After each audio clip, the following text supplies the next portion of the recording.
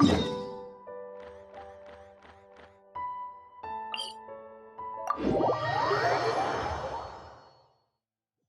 didn't miss the Sub-Zero's festival, right? Let's hurry and find Dunyarzad. Paimon thinks she must be around the Grand Bazaar, since she showed us around there last time.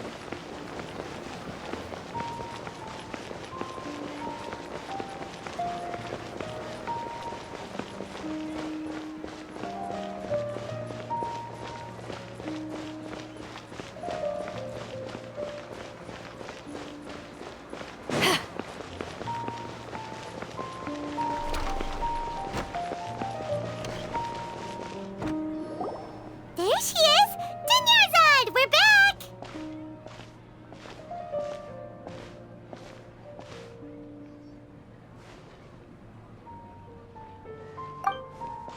Just as promised, Traveler and Paimon. I'm so glad that you two came back to celebrate Lesser Lord Kusanali's birthday. Indeed. The festival's tomorrow. We've been preparing for so long that I can't help but feel a little nervous. There's no need to be nervous. Paimon's sure that Lesser Lord Kusanali will feel everyone's gratitude. Thanks, Paimon. I hope that everyone who comes to the festival will also have a good time.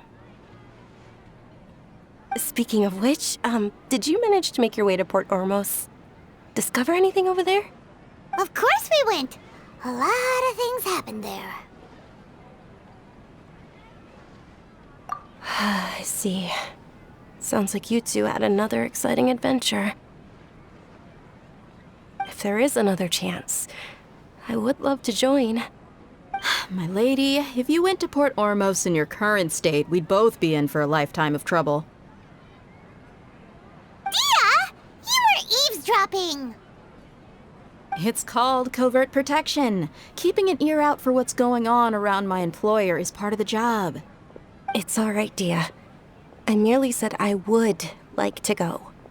I know better than to think my body could handle it. The festival's tomorrow. I've been doing nothing but causing trouble for you. So Dia, please take some time to relax. I'll be fine. Even when you put it that way, it still doesn't feel right. Don't worry, my guardian knight. Okay, fine, but only tonight. Tomorrow's a big day, and many no-good scumbags are gonna try to take advantage of that. Ah,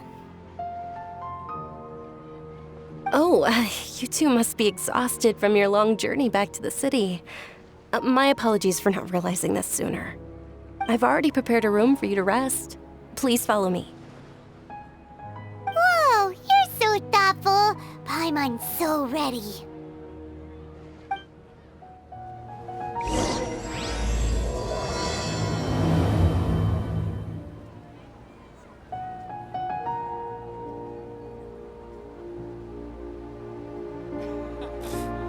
What's so great about Snezhnaya? It's always Welcome!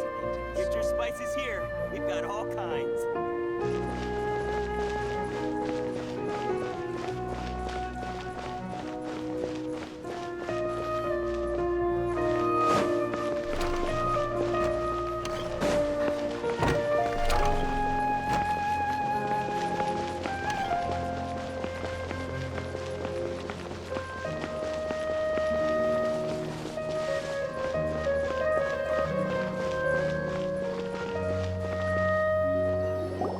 Here we are. It's also fairly close to where I've been staying. It looks really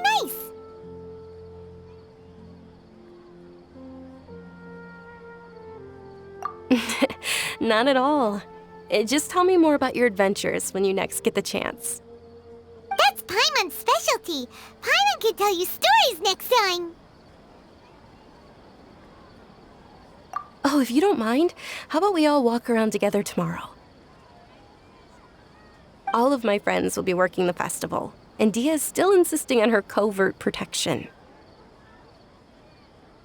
Yeah. It'll be pretty hard to relax and enjoy the festival if Dia's constantly hovering over you, right?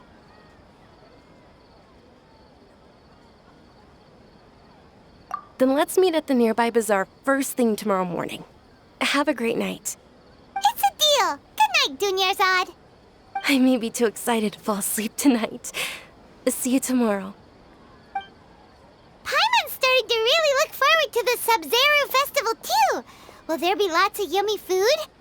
Oh, no. Thinking about food is just gonna keep Paimon up all night. The earlier we sleep, the better. Let's go inside, Traveler.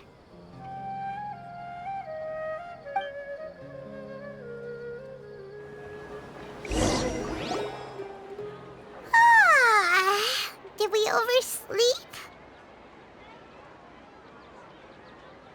We should go meet Dunyarzad right away.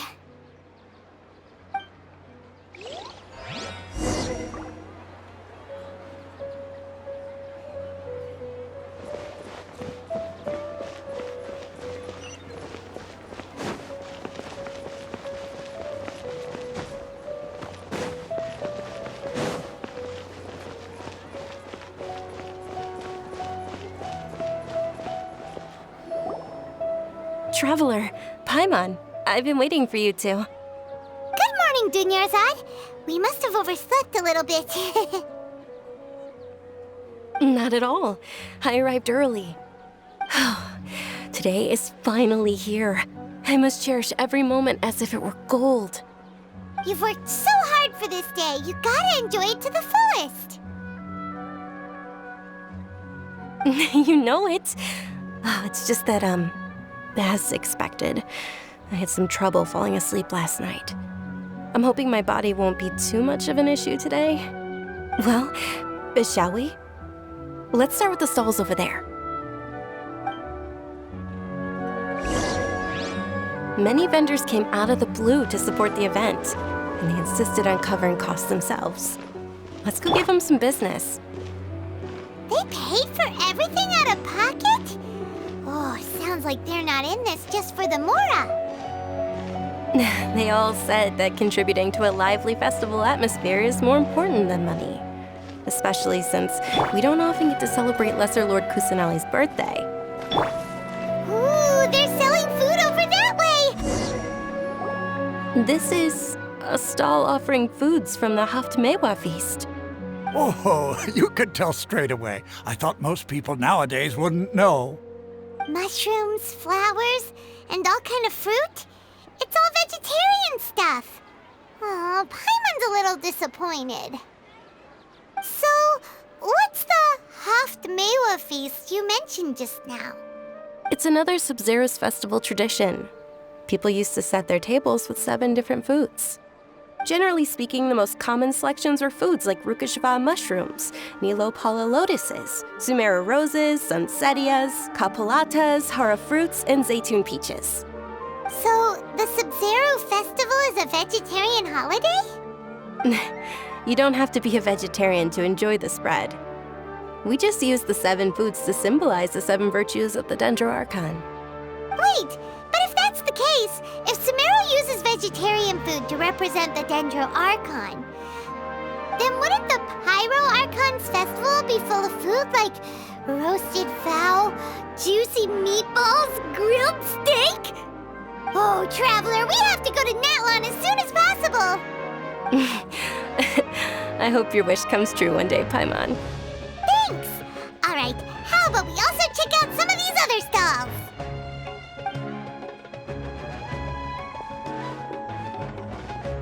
Dear customers, would you like to try your hand at alchemical divination? What's alchemical divination? Those two things sound like they'd be fun to try together. Right? I thought the same when I first heard about it. It is said to be a mysterious craft invented by none other than Lesser Lord Kusanali herself. So, how does it work? It's quite simple. After you give me any 2 alchemical reagents, I'll use them to perform a random transmutation. Sure sounds random. So random that it will probably fail. That is precisely what we need. After the transmutation fails, your one and only diviner here will interpret the remnants.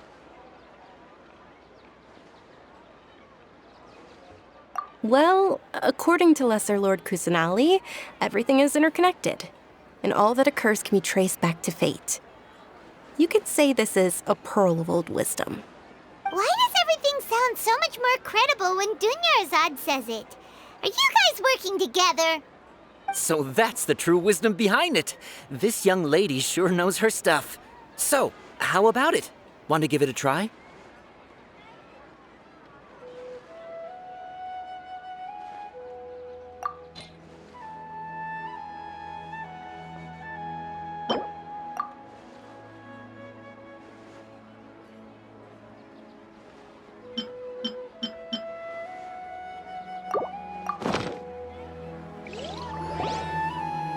Okay, one moment.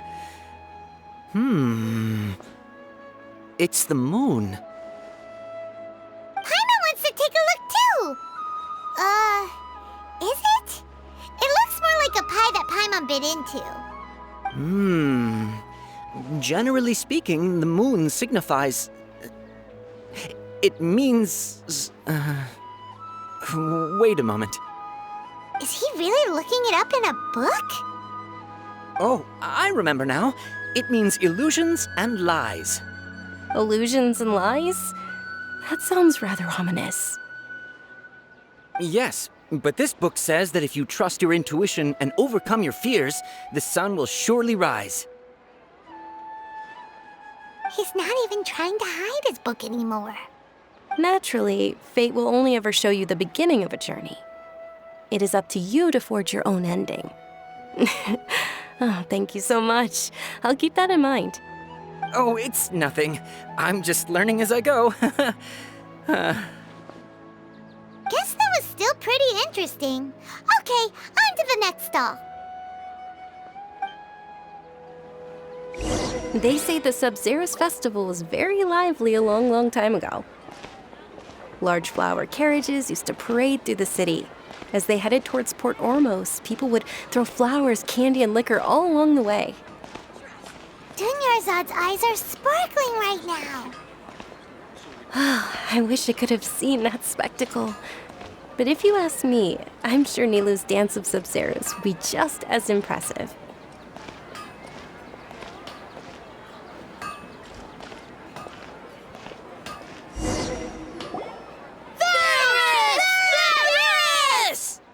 Attention! Soldiers, fall into formation if you want any Yalda candies. It's a weird guy with a weird hat. Hey, it's Dunyarzad! Wow! Miss Dunyarzad, the children love you even more than the Yalda candies.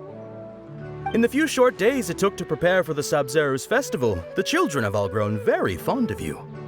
The Hallowed Night of Flowers. It's an honor that you know my name. Attention! In the name of Ferris, the Knight of Flowers, I commend you on your contributions to the glorious Sub-Zero's festival. All right, little soldiers. Take your Yalda candies and don't forget your loyalty to Lesser Lord Kusanali. Dismissed! Yes, Knight Ferris! Just what is going on here? Ferris, the Night of Flowers, is another Sub-Zero's festival icon, and one immensely popular with children. In the past, the actor portraying Ferris would also sit on a flower carriage. It's all thanks to Miss Dunyarzad's sponsorship that the children can make such wonderful memories today. As are we to you, Vihar. Oh, not at all. Oh, speaking of tradition, do you want some Yalda candies? They're a festival staple, and I happen to have some boxes readied here. Take a look and pick whichever one you want. Whichever one? Don't these boxes all look the same? That is the fun part. Each box contains a random flavor. It's up to the luck of the draw. Flavors include lavender melon, hara fruit, sunsetia. Ooh, those all sound pretty good. And there's also lizard tail and oni kabuto. Huh? What's up with those two flavors? Oni Kabuto is a little spicier than Lizard Tail. Dunyarzad, you tried them before? Traveler, help Paimon pick one. Paimon wants the Sunsetia flavor?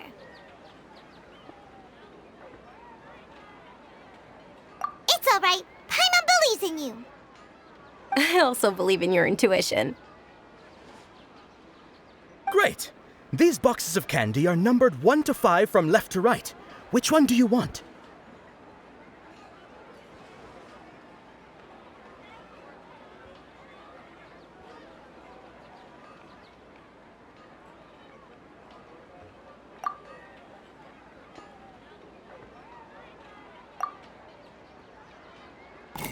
Attention! That's unfortunately Lizard Tail. Oh, Paimon thought you survived so many epic battles because you had incredible luck. But looks like Paimon was wrong. The Sunsetia flavored candy was in box number 4. How about this? The most important thing is that everyone has a good time at the festival. So please, take both boxes. Really? Thanks a lot, Knight of Candies. It's Night of Flowers, not Night of Candies. Paimon really wilted the carriageless Knight of Flowers. They all basically sound the same. We got our candy, so let's keep going. Oh, actually, I just remembered that I left something behind.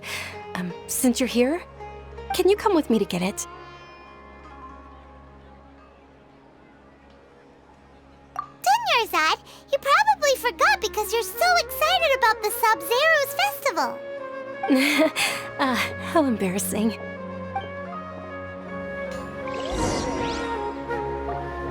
Things can't go on like this.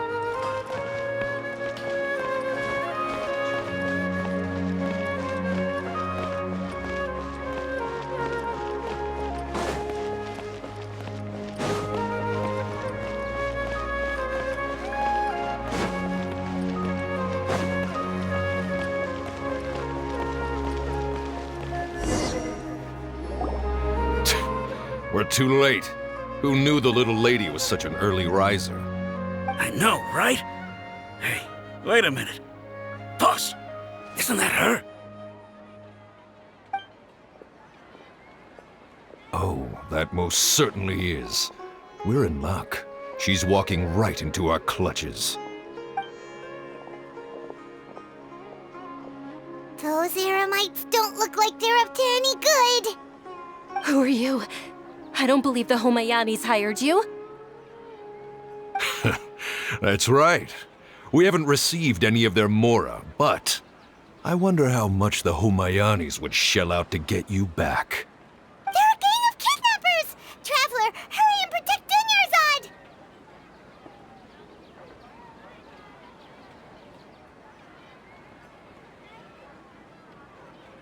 Hey, did you scumbags even consider that the Homayanis might have hired a merc that outclasses you?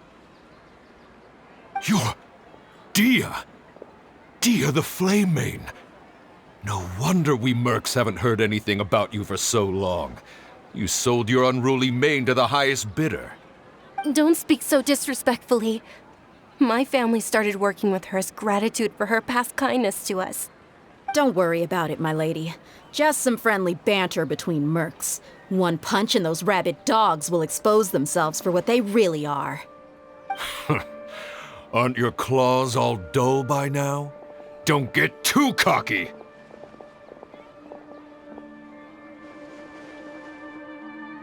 Traveler, take Miss Dunyarzad to a safe location. No, we're gonna stay and help. There's too many of them.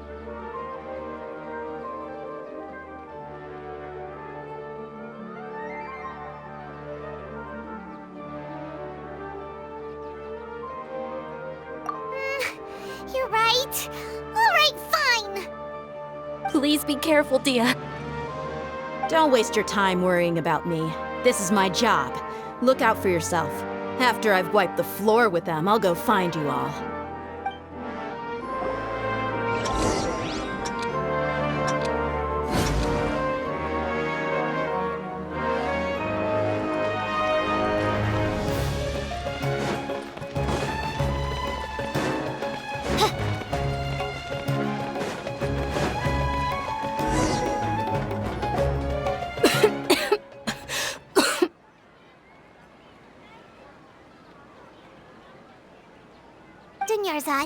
Are you okay? You look a little pale. Are you in shock? I'm fine. My body always reacts like this whenever I exert myself too much. You sure you're okay? I'll be fine after some rest. I'm more worried about Dia. After all, none of this would have happened if I hadn't insisted on coming out today.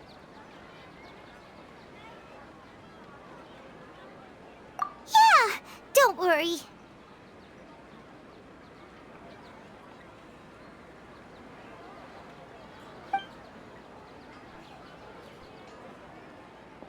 My lady, Traveler, found ya. Dia! You took care of them so fast! Any more of them?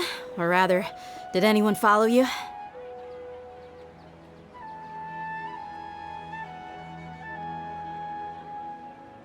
Dia, your arm! Oh, this? I'm fine. It's just a scratch. Normally, they wouldn't have been able to land a hit on me at all, but I'm still getting used to this new greatsword. Please, let me take a closer look. Come on, it's nothing. Us mercs aren't as fragile as you think. Hold on, you said something about a new greatsword. What happened to the one you were using before? About that. Well, I sold it, 'cause I was low on Mora. Stuff like this happens every now and then. It can't be. The anonymous donation that was used for the venue's final round of preparations?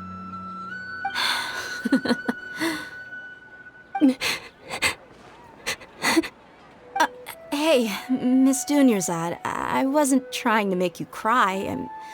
I'm not gonna lose my commission because I made my employer cry, am I? Okay, making your employer cry won't affect your commission, but selling your weapon without permission and getting hurt? I'll have to reevaluate your performance. You're so unreasonable, my lady. Thank you very much, Dia. Don't be like that. I get embarrassed really easily.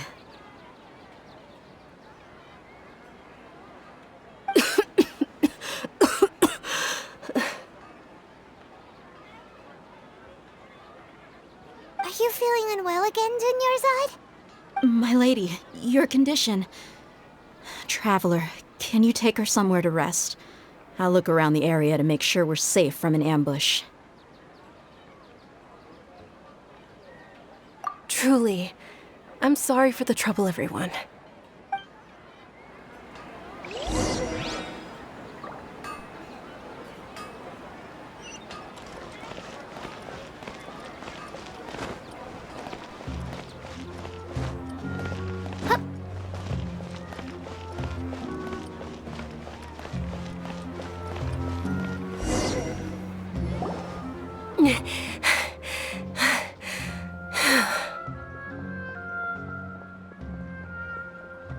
Are you feeling better, Dunyarzad?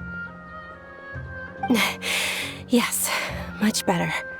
Just give me a few moments and I'll be good to go.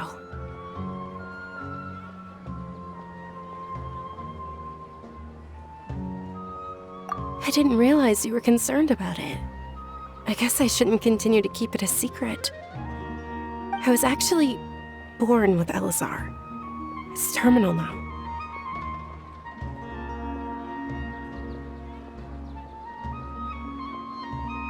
Can't believe it's Elazar! Oh, you've already heard of Elazar. In that case, you probably know about its severity. Sumeru's current medical advancements still haven't been able to find a cure. The disease's progression can only be delayed through environmental therapy. Dunyarzad. There's no need to be sad. I've always lived with Elazar and I came to terms with it a long time ago. Compared to the simple fact that I'm afflicted with this, its effects on my life have been much more painful. I know that my family loves me dearly. They've done all they can to provide the best environment for me so that I can live for that much longer. However, I know I will one day succumb to this. Did you know? Before I ran away from home this time, the world outside of my home didn't even know that I existed. Since I was a child, all I could do was sit on my bed and stare at everything outside of my window. I'm sure my family's worried and disappointed in me for running away, but I just didn't want to have any regrets. I wanted to meet other people. To me, there's nothing more beautiful than being able to meet and speak with others. Not to mention the incredible time spent preparing for the festival, the joy on everyone's faces here, and all the support I've received from friends like Dia. This way, when my final day does arrive, it will be less sorrowful. At the very least, many people will remember that I once existed in this world, right? As long as you don't forget Paimon, Paimon also won't forget about you. No, even if you forget Paimon, Paimon will still remember you. Thank you two so much. I apologize for the depressing conversation. This is out of character for me. To be honest, Lesser Lord Kusanali gave me the courage to do all of this. If it weren't for her encouragement, I wouldn't have taken that first step. Thanks. There will always be frustrations in life, but I know that the point of living is not to leave behind any regrets. Oh, right. Isn't it almost time? Huh? Almost time for what? Isn't the Dance of Sub-Zeros about to begin? It's the part of the festival that I've been looking forward to the most. Nilu will recreate that legendary scene with her most splendid dancing. And the Sub-Zeros festival will conclude amid everyone's applause and blessings. And with that, my wish will also... Then what are we waiting for? Let's go to the stage! Yeah, we should still make it in time.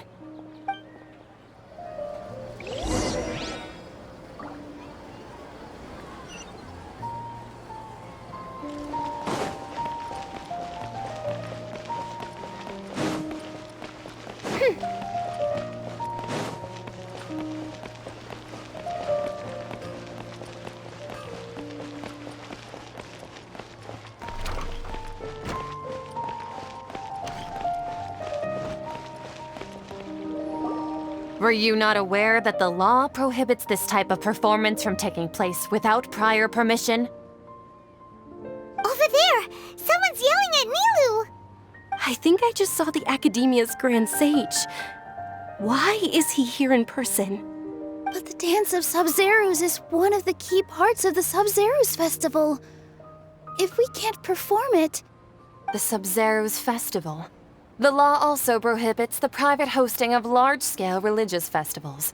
Only the Academia can host such an event. If you continue to resist, we will have to order an investigation into every single event organizer.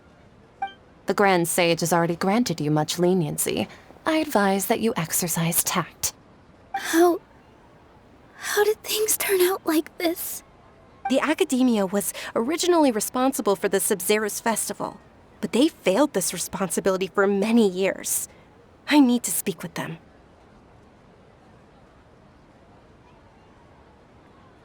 This is a hard pill to swallow, but you're right. Things would only get worse. Art, dance. Aren't you ashamed of pursuing such frivolous and meaningless activities in this land of knowledge and reason?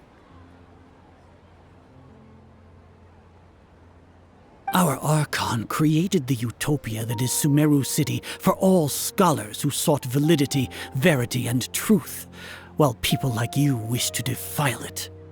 No. I believe that our Archon never rejected the arts. Even the Goddess of Flowers dedicated a dance to her. With your lack of intellectual credentials, I do not believe you are qualified to debate with me. What you should be doing is finding workers to tear down this ridiculous eyesore.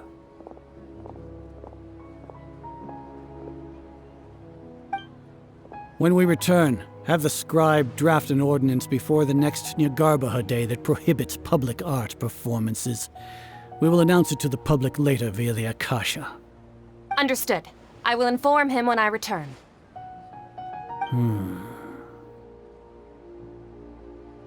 The Sub-Zeru's festival. Go celebrate the birth of that god to your heart's content. Nilu, are you okay? Oh, Dunyarzad. You all saw that just now? The Grand Sage ordered us to stop the performance. Yeah. Let's go somewhere the Academia can't find us and perform there. But how do we let everyone know? And what about the atmosphere on the stage? Or we could get people to block them off so they can't interrupt the performance. No. They just threatened to investigate the organizers. If we were caught... Nilu, it's all right. Don't worry about it. But you've been looking forward to the Dance of Sub-Zero so much. And I know how important this festival is to you. I don't want you to have any regrets. It's okay. Seeing you care this much about my feelings is more than enough. It would be too risky to continue the Sub-Zero's festival at this point. I don't want to get everyone in trouble. If you say so. But you can sneak out for the next Sub-Zero's festival, right? We'll make sure the next one is a smashing success. The next one. Yes. Okay, it's a promise. It will be a smashing success. Paimon can't believe this is how things turned out. Those heartless geezers.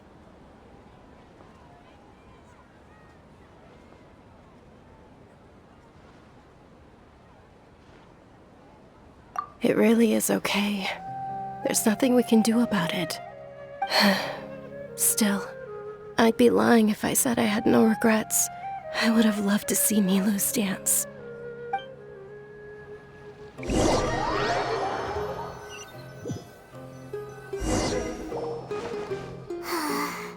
A lot happened today. It's a shame the festival ended the way it did. Nilu and Dunyarzad promised to make the next Sub-Zero's festival a success, but Dunyarzad is running out of time.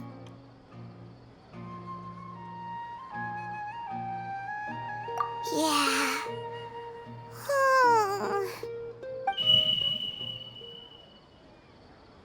All connections have been secured to construct the most stable framework possible. The project has entered its most critical phase. Power has begun to flow from... We're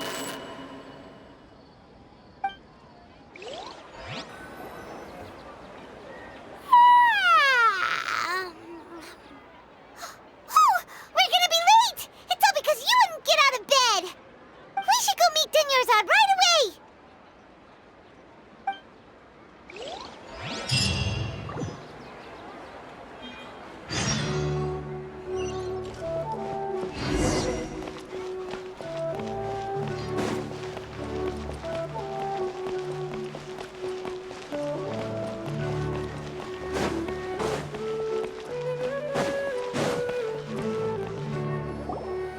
Good morning, Dunyarzad. Sorry we're late. Not at all. I arrived early. You seem kinda tired. Did you not get enough sleep? I'm doing well. There's no need to worry. Shall we go? Let's start with the stalls over there. Sure! Traveler? Why are you just standing there? Let's get going!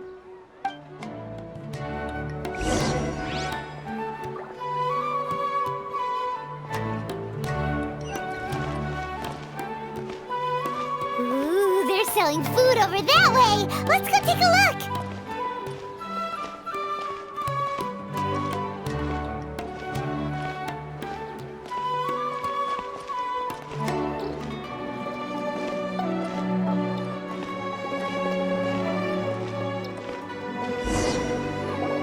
This is a stall offering foods from the Haftmewa feast.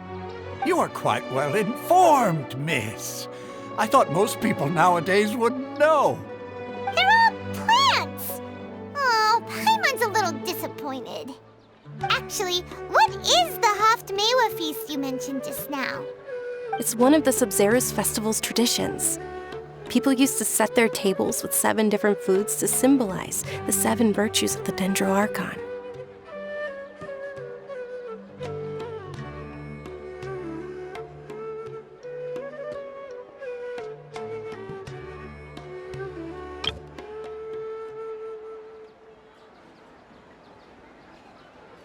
Remnants appear to be in the form of the moon.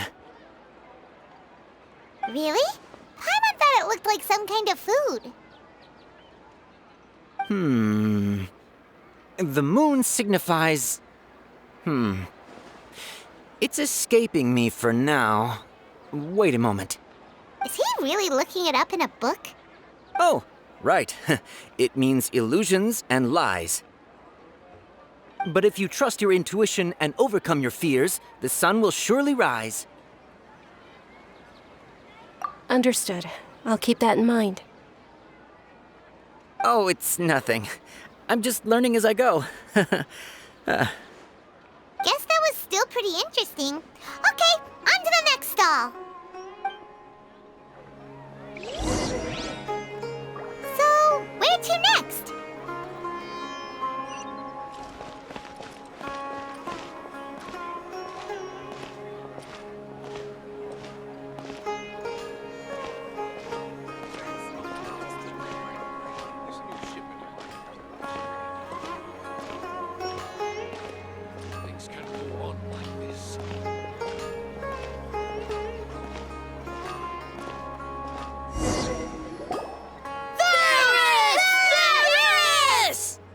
All right, soldiers. Now that you have your Yalda candies, don't forget your loyalty to Lesser Lord Kusanali.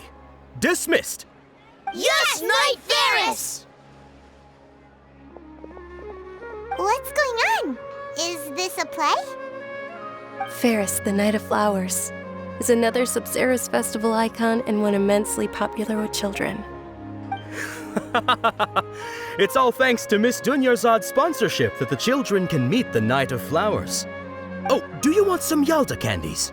I happen to have some boxes readied here. Take a look and pick whichever one you want. What's to pick? Don't these boxes all look the same? It's not that simple. Each box contains a random flavor. It's up to the luck of the draw. Flavors include lavender melon, hara fruit, sunsetia. Ooh, how interesting! And there's also lizard tail and oni kabuto. Ugh, why do those flavors even exist? Traveler, help Paimon pick one. Paimon wants to eat the sunsetia flavor. Great! These boxes of candy are numbered 1 to 5 from left to right. Which one do you want?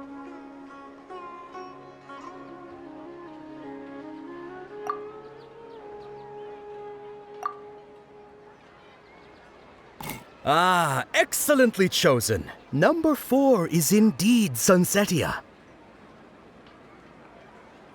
Ha-ha! Paimon bet you had incredible luck, and Paimon was right!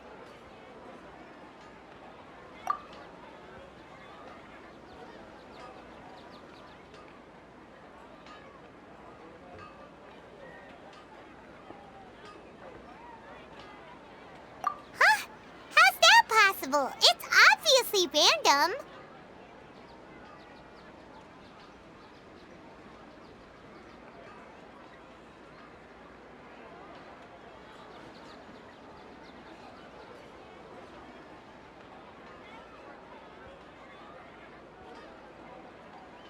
Maybe we didn't sleep very well last night. Or maybe we slept too much.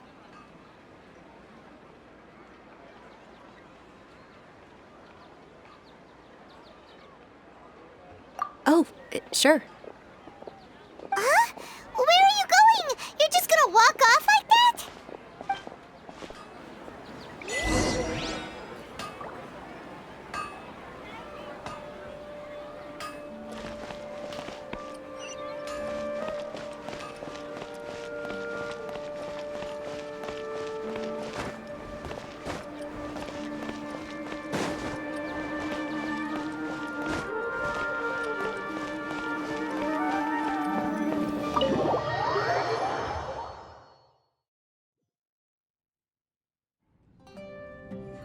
feeling of deja vu? Oh, Paimon knows what that is. It's when you feel like you've already experienced whatever is going on. In that case, Paimon also felt something like that today. But that's just our brains playing tricks on us, isn't it? So why'd you run here in such a hurry?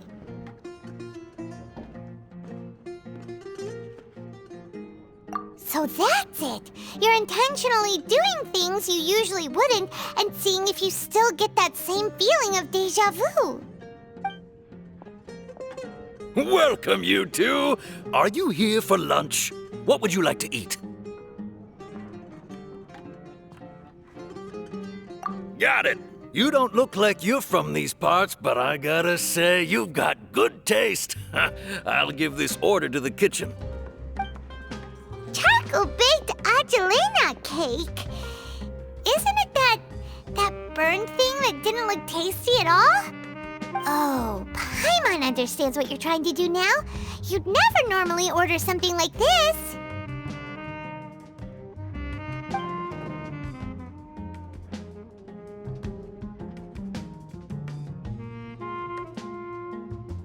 That thing?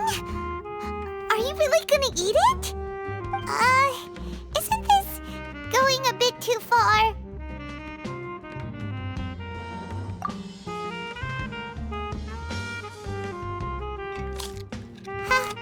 How was it?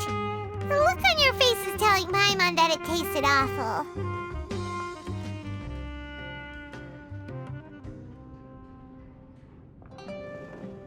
Then, you mean...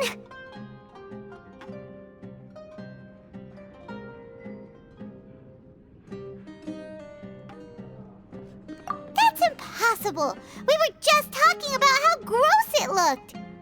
So, would this be a case of taste bud deja vu? Paimon also gets the impression that we've been here many times, even though we aren't regulars. How about we go out again and try something else?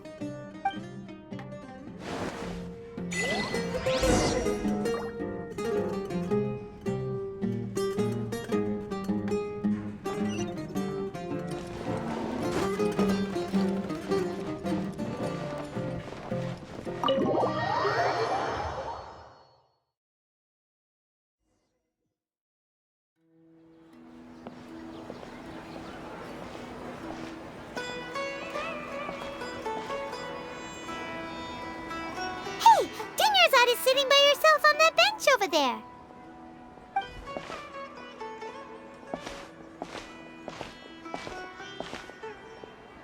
What a coincidence, Dunyarzad. We meet again. Why are you sitting here all by yourself? Oh, I ran into some kidnappers just now, but thankfully Dia came to my rescue. I started to feel unwell after that, so I sat down here. Kidnappers? Oh my goodness, are you hurt? I'm okay. Dia's arm got scratched, but it isn't serious.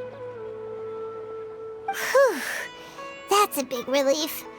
But, Dunyarzad, you seem a little down today. It's the Sub-Zero's festival, and you've been looking forward to it so much. Not at all. I've always been like this. Excessive physical exertion or strong emotions tend to aggravate my illness. Besides, no matter how amazing today may be, it is but a single day. After however many more days, my time will come to an end. Paimon doesn't quite follow you, and Paimon feels like something's really got you down right now.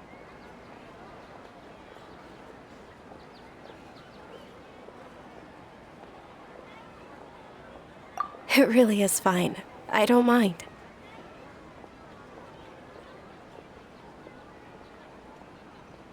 Huh? Did something happen?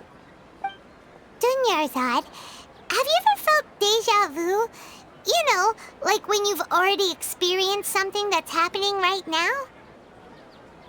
Deja vu? No. But my days have been the same for years now.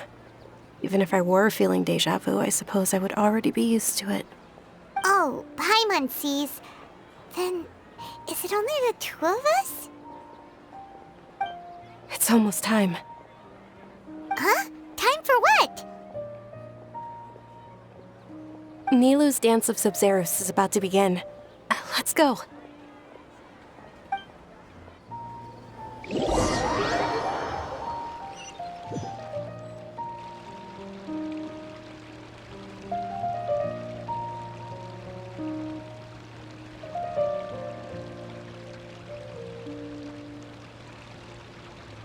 With your lack of intellectual credentials, I do not believe you are qualified to debate with me. What you should be doing is finding workers to tear down this ridiculous eyesore. When we return, have the scribe draft an ordinance before the next Nyargarbaha Day that prohibits public art performances. We will publicly announce it later through the Akasha. Understood. I will inform him when I return. The Sub-Zero's festival. Go celebrate the birth of that god to your heart's content.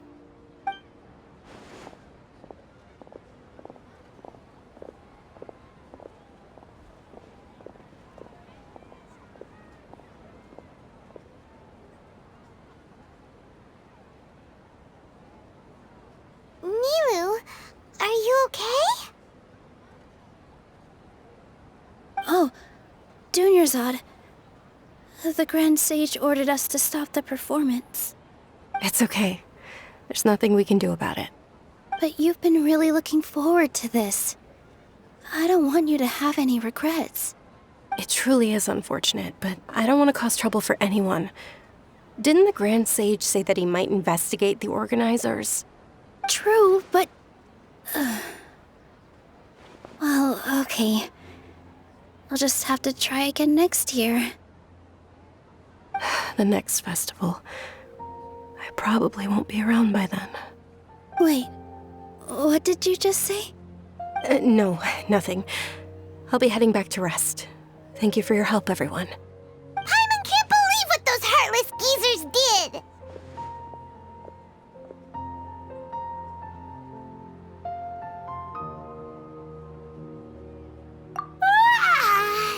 Did Dunyarzad already go back? We should also return and get some sleep. So,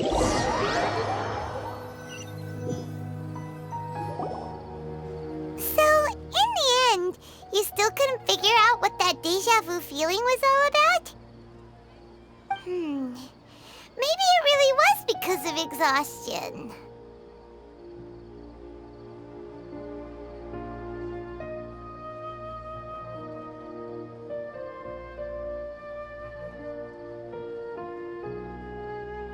Same here.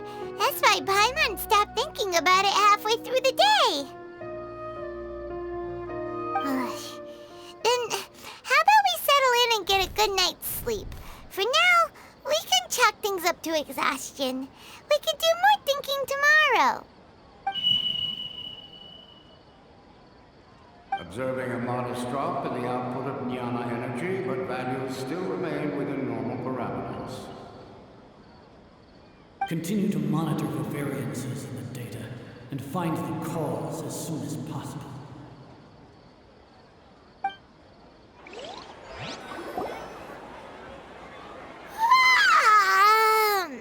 Why does Paimon feel so tired after so much sleep? Anyway, we should go meet Dunyarzad right away.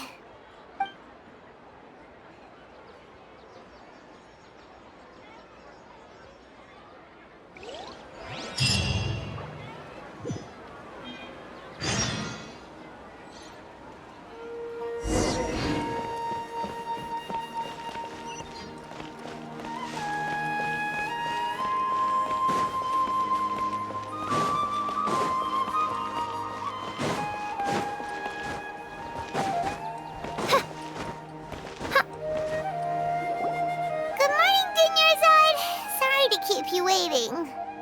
Not at all. I arrived early. Hi! Makes you sound kinda tired. Did you not get enough sleep? I'm doing well. There's no need to worry. Shall we go? Let's start with the stalls over there. Great idea! Let's get going! Traveler? Hey.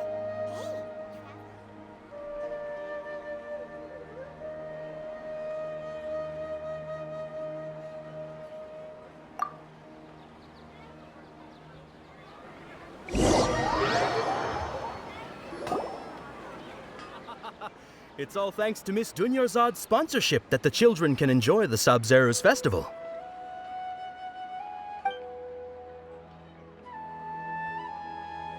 Oh, are you interested in Yalda candies? I have some boxes of candy here. Pick whichever one you want. Not much of a choice. All these boxes look the same. It's not that simple. Each box contains a random flavor. It's up to the luck of the draw.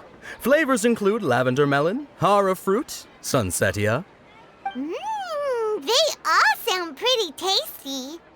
And there's also lizard tail and oni kabuto. Huh? What were those last two? She'll help me choose. Paimon wants to eat the sunsetia flavor. No problem. These boxes of candy are numbered 1 to 5 from left to right. Which one do you want? Oh, I like your confidence. No hesitation at all. Oh, congratulations! Number 4 is indeed sunsetia.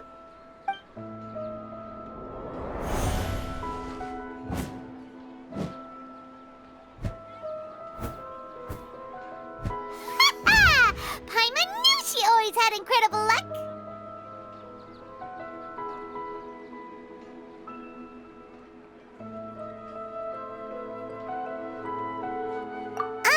Paimon's not really interested in the other flavors.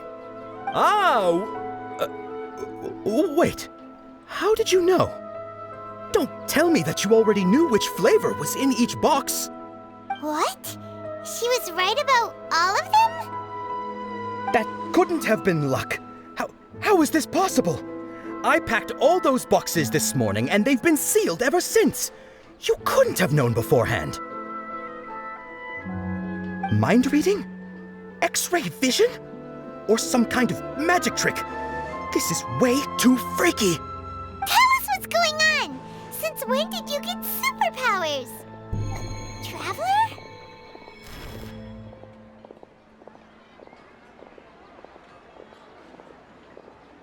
Hey, where are you going?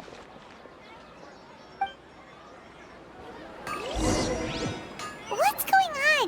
Did you see something? Us leaving Dunyarzad without letting her know is kinda rude, you know.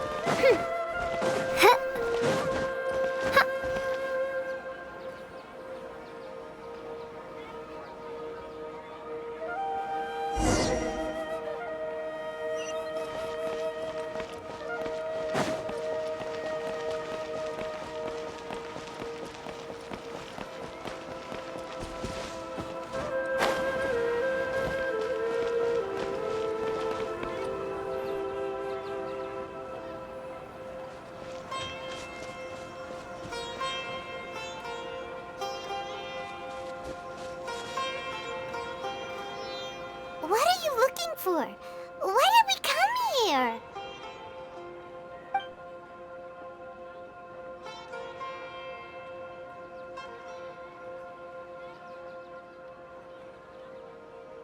Traveler?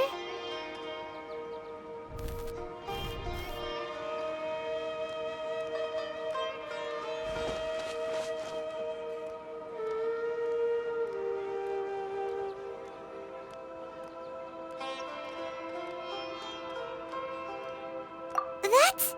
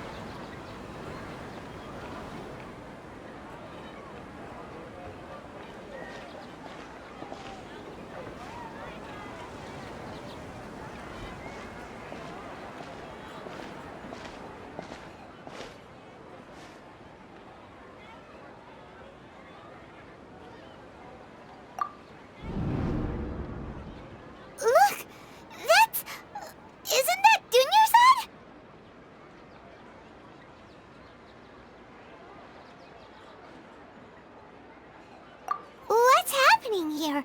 Why are there 2 Dunyarzades? You already know that this isn't your first Sub-Zero's festival, don't you?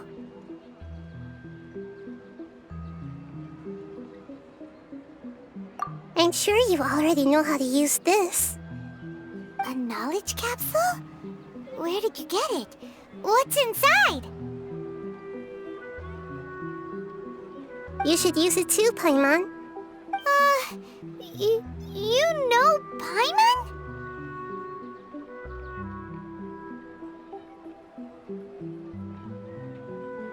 Well, this seems kinda sketchy, but Paimon feels like this is what we should do.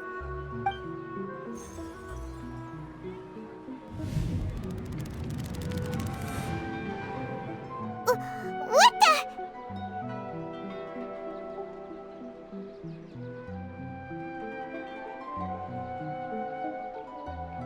This is our 20th time at the Sub-Zero's festival? Huh? No. The 30th? 40th? Just how many times have we been to the Sub-Zero's festival? Have we been trapped in a single day? If it weren't for you, we wouldn't have even realized. What the heck was inside that knowledge capsule?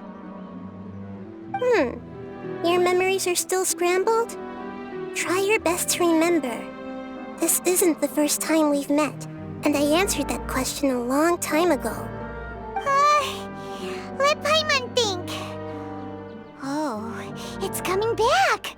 Meeting you was the real catalyst for restoring our memories, and the knowledge capsule was just your means of showing our minds the way.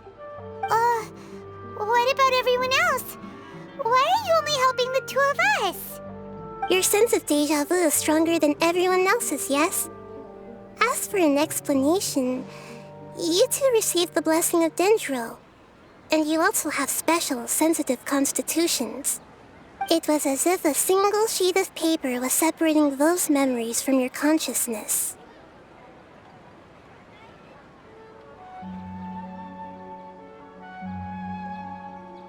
A familiar question. I think this is the 7th time you asked that. As you can see, she isn't doing well. You probably sensed it too. The Dunyarzad you were just with is different from the first Dunyarzad you met. That first Dunyarzad is in front of you right now, and she doesn't have a lot of time left.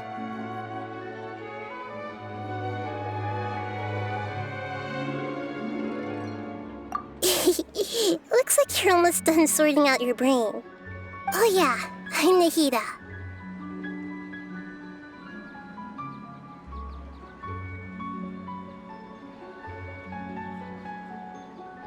Good, you passed the test. What's happening? You can awaken our memories, and you seem like you know what's going on. Oh, wait, please don't tell Paimon even you don't know. Everything in this world runs in a loop.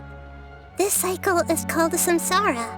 You, me, and everyone else are all stuck inside a one-day samsara. As for the truth, that's on you to find out. If you were told the truth instead of discovering it yourselves, it would literally blow your minds.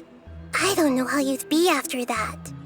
I can only give you surface-level help, like bits of information and subtle hints. For the rest of the time, I'll be doing all I can to slow down Dunyarzad's illness. She looks like she isn't doing well at all. Her illness gets worse after each Sub-Zero's festival. If we can break out of the samsara, I might be able to save her. But as things are right now, she's just a small bird in the sky that's about to lose its last feathers. All I can do is raise a gale to delay her fall. You sure love to use weird analogies. Analogies are wonderful tools. They let you use existing knowledge to understand unfamiliar things. Okay, so, with what you know so far, what do you think the truth is?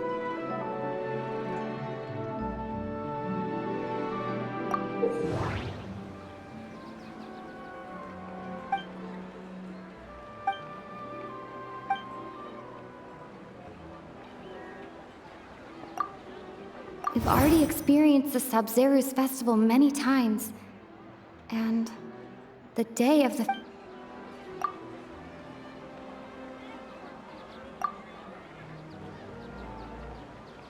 I can't seem to cohesively piece everything together. I can't seem to cohesively piece everything together.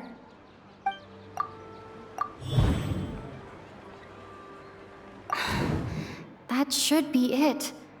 The flow of time is endlessly cycling within one single day.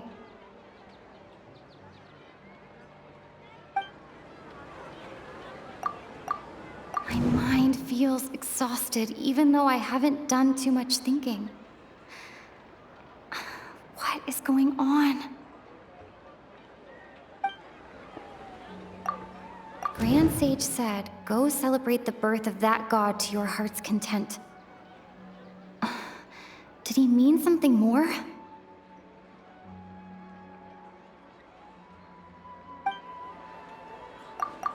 The moon, illusions, and lies. What do they all mean?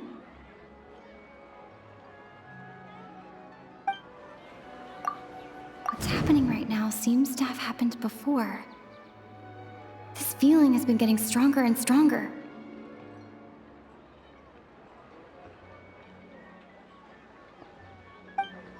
That doesn't sound right. I need to carefully think things through.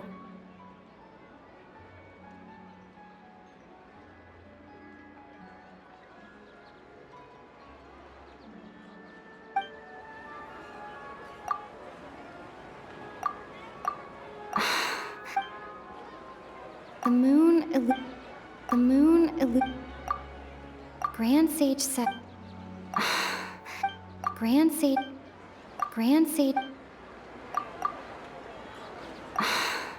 We've already experienced... A time loop. You've given similarly wrong answers in the past. A pity. Still the wrong answer? Paimon thought that made a lot of sense. It feels like time's just repeating itself. A simple time loop can't explain some of the phenomena. You two are still missing a lot of information. Unfortunately, I can't give you any more hints.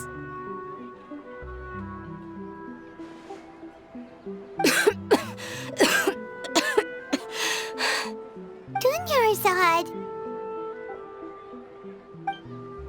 The Sub-Zero's festival is happening every day, but that doesn't mean we can waste an infinite amount of them.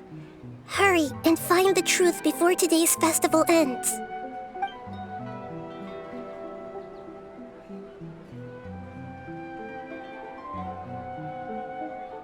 Let's think about our current situation.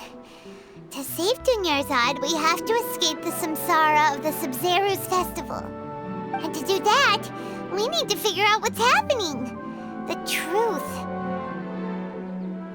Nahida rejected the idea of a time loop, so we must have missed something, right? Paimon's memories say that we've already done this many times, but let's go talk to people again. It's more productive than sitting here and scratching our heads. Why don't we start with those stall owners?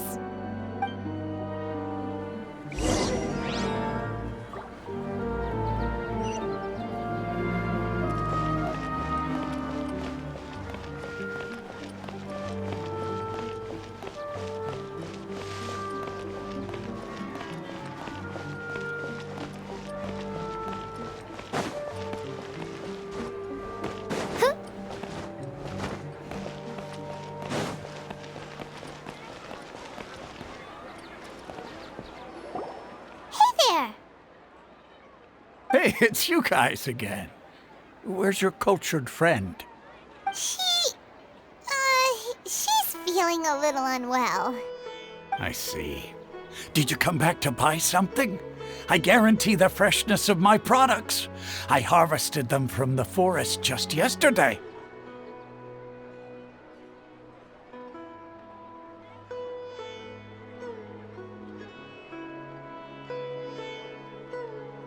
Huh? What brought this about? I hurried back from the forest yesterday, and I'm selling produce here today. I haven't felt anything strange.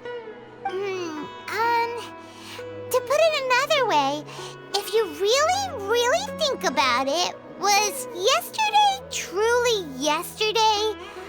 Did you actually come back from the forest yesterday? What kind of philosophical nonsense is this? Are you two daydreaming? Didn't you know that no one dreams in Sumeru? Go somewhere else if you want to find someone to daydream with.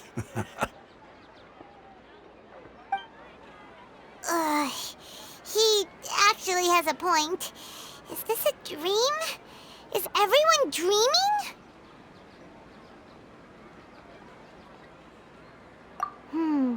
True.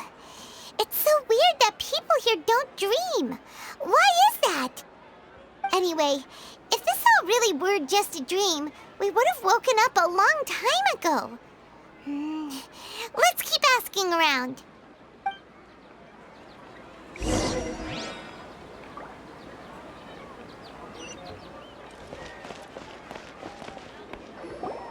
Oh, it's you two. Was my divination so accurate that you felt compelled to compliment me in person? Ooh, I knew it! I told you, the god's divination is highly accurate. You just hadn't fully understood its significance yet. You're really excited about this, huh? That's exactly why we came back. Help us better understand it. Help you better understand it? Well, that isn't exactly what I excel at. So, you're admitting that you don't have a clue? Anyway, what kind of situation did you get into? Huh? Hold on a second. I thought you guys just lost your wallet or fell for a scam. What you just said, are you serious? Does that kind of thing actually happen in real life? Paimon knew you weren't going to believe it. Marvelous. Truly marvelous. I believe you. Recall the interpretation of your divination, the moon, illusions, and lies. It really felt like an omen. When you say it like that, the divination does sound like it's related to what's going on. Can you read any more into it? I believe that the Archon's revelations are never more than vague hints.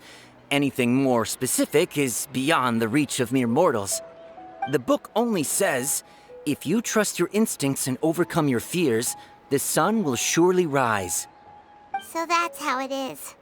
Looks like fortune-telling is just fortune-telling. It's no good for practical problems. We haven't made any progress. Who else can we talk to? Paimon remembers that we tried talking to her a couple of times, but she always thinks we're playing pranks on her. You think she'll brush us off again? Yeah, if we tap into Dia's strong sense of responsibility as a mercenary, then she'll definitely take us seriously. At this time of day, Dia's probably just finished beating up those kidnappers. Let's go find her.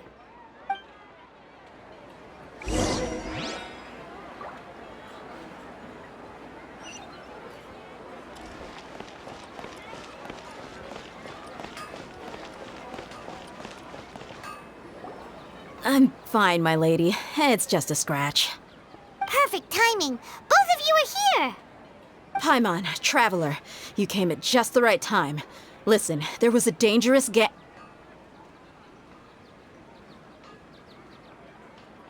Huh? You saw? Then why didn't you jump in earlier?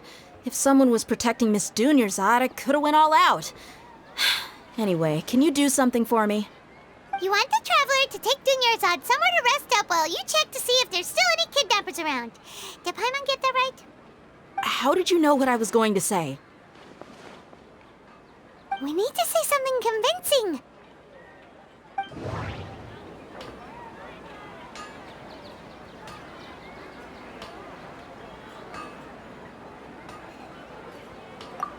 Dia sold her greatsword to raise additional funds. And then she was injured because she wasn't used to her new weapon.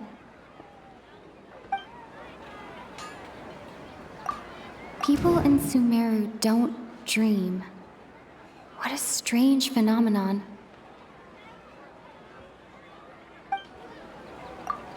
My mind feels exhausted even though I haven't done too much thinking.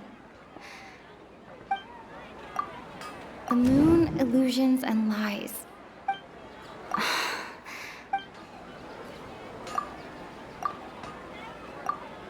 Tell her, Traveler!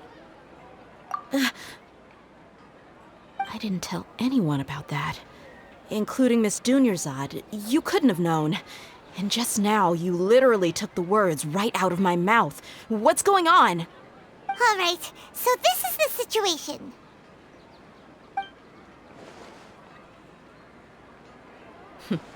It's kinda hard to believe what you just told me. First, let me make something clear. Most of us desert dwellers might not be the scholarly type, but we do have basic common sense. She's quieter than usual, uninterested in anything, and really gloomy.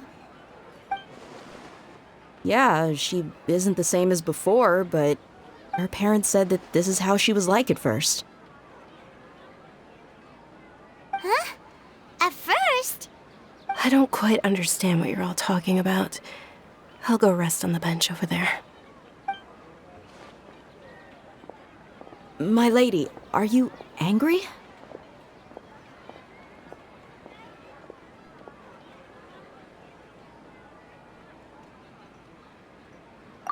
All right, I'll give you the benefit of the doubt since you knew about my greatsword.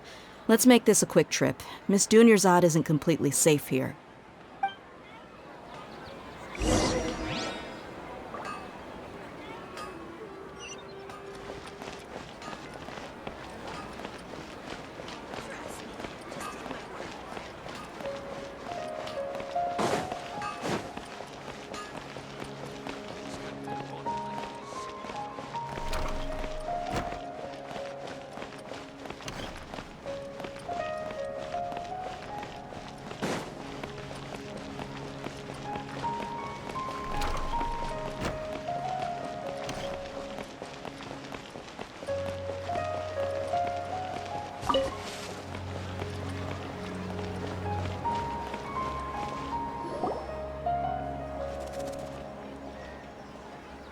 Nahida! We brought a friend! Are you busy? I thought I told you that it won't help to bring anyone here. We just wanted her to see the real Dunyarzad's condition. The real Dunyarzad? Where and who are you talking to? Huh? I told you that you two are special. Other people can't see me or Miss Dunyarzad here.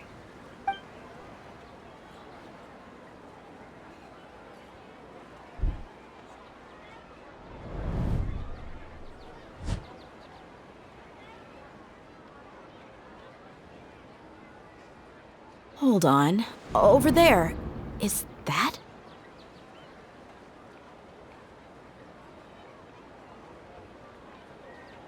Wow, how perceptive.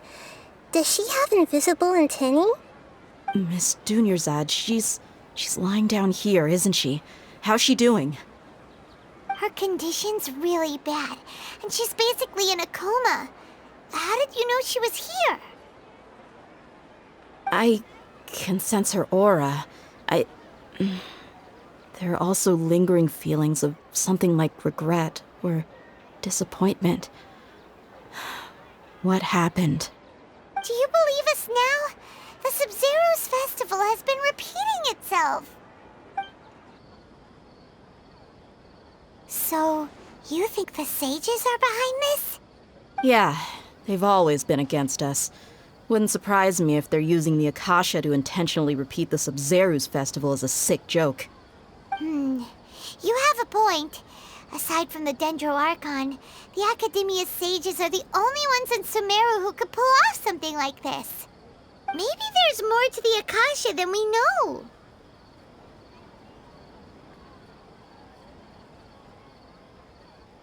Right! Didn't you awaken our memories using something that looked like a knowledge capsule? That means you must know something about the Akasha! The Akasha relies on the power of a gnosis to operate, as it is the manifestation of the God of Wisdom's power. It compiles the wisdom of the entire populace, and it grants knowledge to the people. A gnosis could do that? No wonder the Akasha is so magical. It's being powered by the gnosis of Sumeru's Archon. So, this Nahida you mentioned, what did she say? She said, and Paimon quotes, "The Akasha relies on the power of a gnosis to operate, as it is the manifestation of the God of Wisdom's power. It compiles the wisdom of the entire populace and it grants knowledge to the people." Compiles the wisdom of the entire populace and grants knowledge to the people. Wait. I get the grants knowledge part. That's what people have always used the Akasha for. But compiling the entire populace's wisdom? How does that work? Did she mean that the sages enter new knowledge into the Akasha?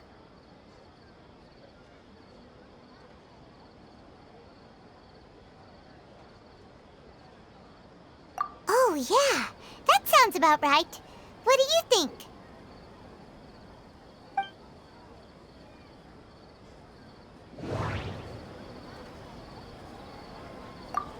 Okay. My mind. People in Sumer. What's happening right now?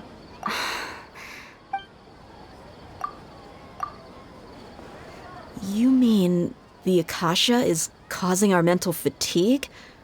Huh. Now that I think about it, my head's been feeling unusually heavy. When the desert dwellers set off on their quest for knowledge, a sage once said, knowledge always comes at a price. Compiling the entire country's knowledge. You think the Akasha pulled a 180 and is extracting information from us? Who knows? The Akasha can put knowledge into our heads, so who's to say that it can't also poke around in there? We don't know any specifics. What's the point of doing something like that? Just think about it. If you could combine the knowledge of every single person in Sumeru, then you can basically turn Sumeru City into a single massive brain. This hive mind could make breakthroughs in problems that even the smartest geniuses can't crack. An excellent deduction. And the analogy comparing Sumeru City to a massive brain? I love it. In that case, we should take off our Akasha terminals right away. Maybe that'll solve this problem. Yeah, I was only wearing this for show in the first place. Didn't expect the sages to cook up such a conspiracy. Mark my words, when this is over, I'm getting evidence and exposing this whole thing to the public. How does everyone feel? Huh? What is it?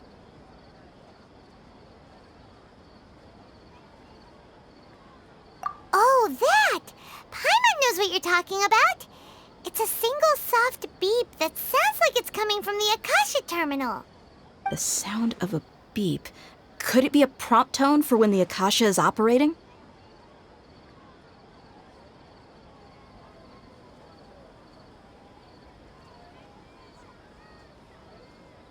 That's probably an important clue. We weren't using our terminals, but we heard a beep anyway.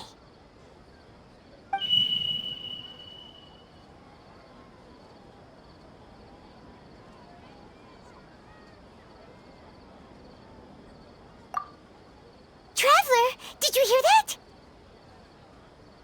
I heard it too. Our ears aren't messing with us. There was definitely a beep, but it sounded like it was coming from inside my head. We took off our Akasha terminals.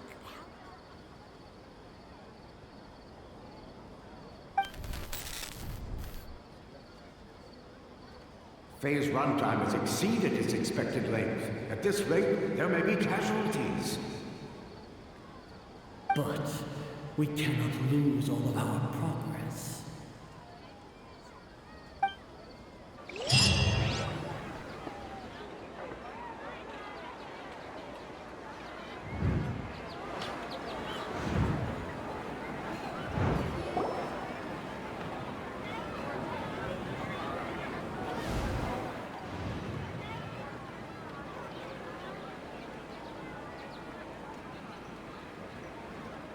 Paimon remembers everything! Good. You adapted quickly this time. We definitely took off our Akasha terminals last night, but we still heard that beep. Why's that?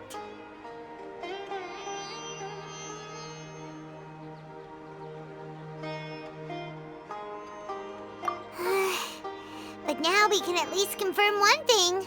The Akasha definitely has something to do with whatever's trapping us in this cycle. Oh, Paimon doesn't get it. Why would the Akasha go this far if all it wants is everybody's wisdom? It's extremely difficult for lab rats in an experiment to understand why they're being treated the way they are. If we're lab rats, then what are you?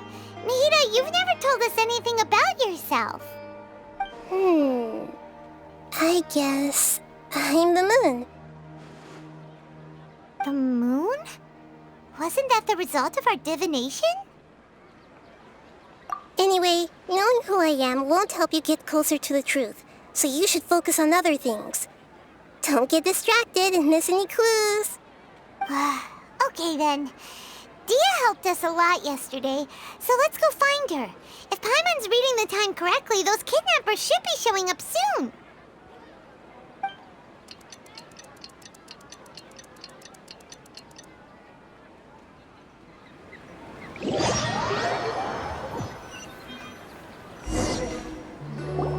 Ah, there you are. I've already taken care of those kidnappers. My lady, did you get hurt?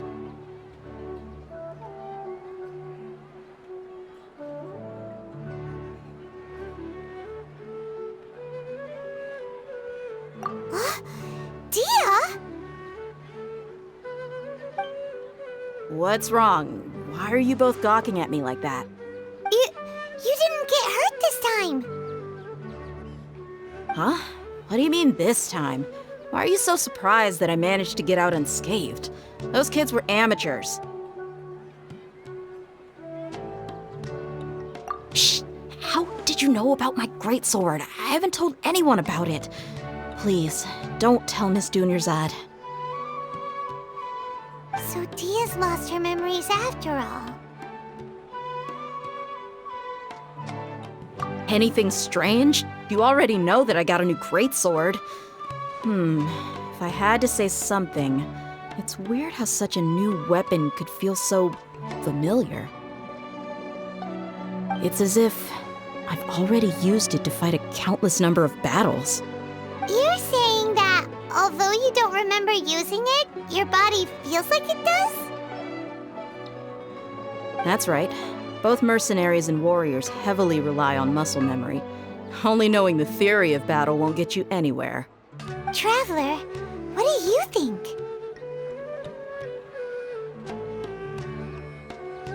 Yeah, Paimon's feeling really hopeful.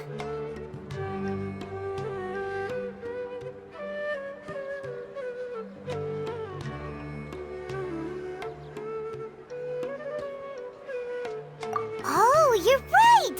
Earlier in the Samsara, something like this would have never happened.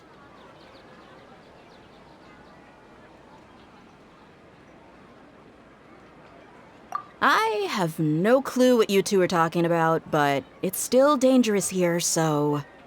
So you want us to take Dunyarzad somewhere else to rest while you check if there are still more kidnappers around, right? How did you know what I was gonna say? Can you read minds? Forget it. Go and do your thing.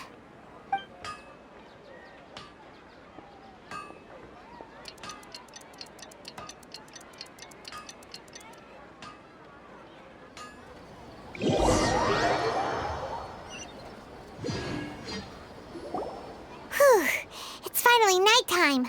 Aside from Dia not getting injured, everything seems to have stayed the same.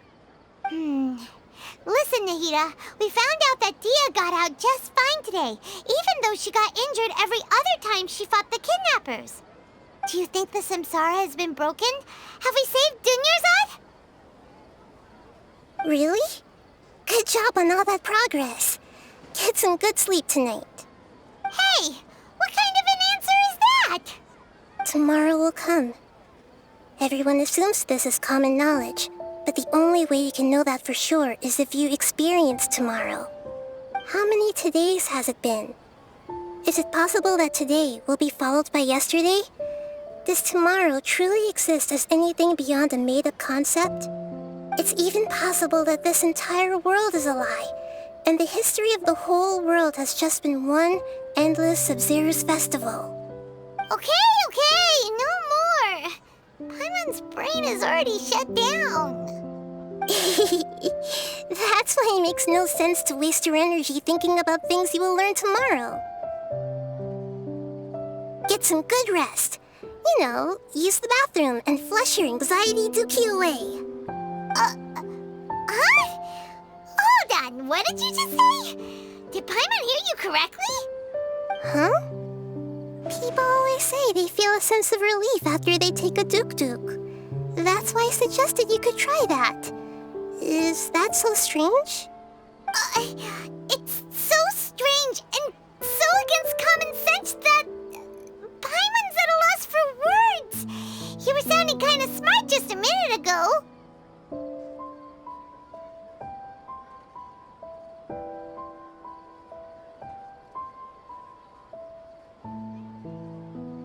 Yeah, even though it's happy and lively at the Sub-Zero's festival every day, it feels like it's been a long time since we've really gotten to relax.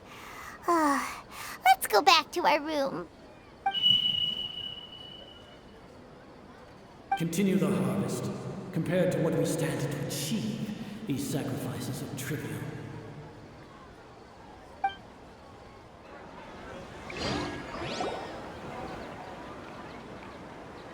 We're still in the same day!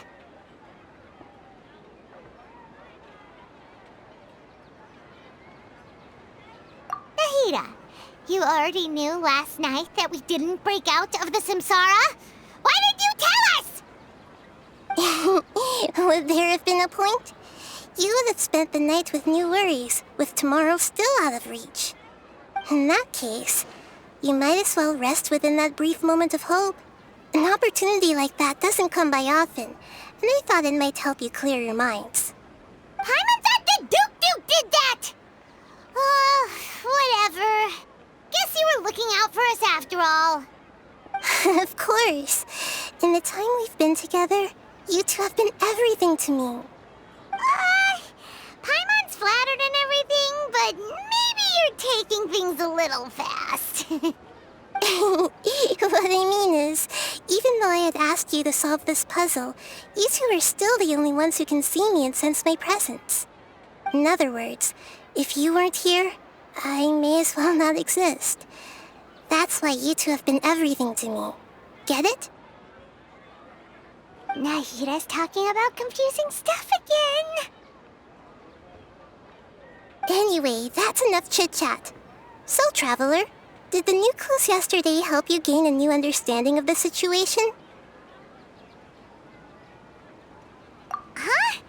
Why are you scrapping your previous theory?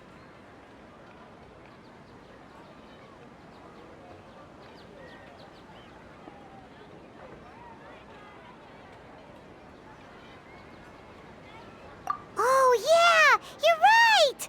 Gosh, how did we not notice that? In a simple time loop, people's physical conditions should also reset. So, what's your new hypothesis?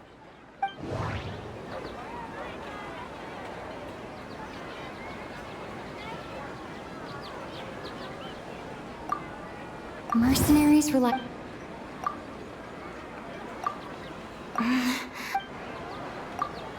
If all our memories of a day are. We've already Okay.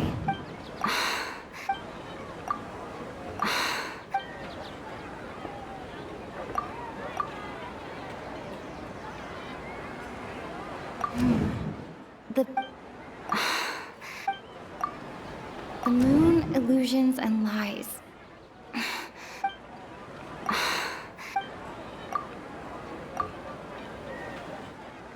Oh!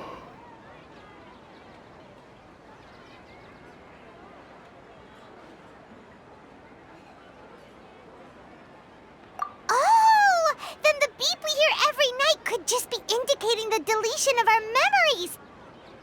That's why when we wake up, everyone thinks the Sub-Zero's festival hasn't happened yet!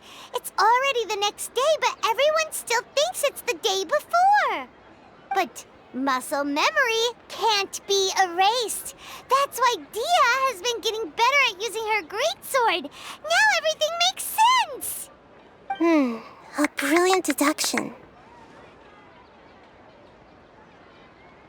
Nahida, tell us if we're right or wrong. To put it simply, it's as if you've mistaken a pyro crystal fly for a firefly in the night.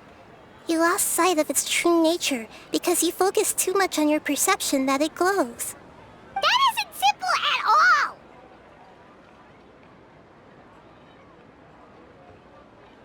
all! Why don't you go talk to Miss Dia again?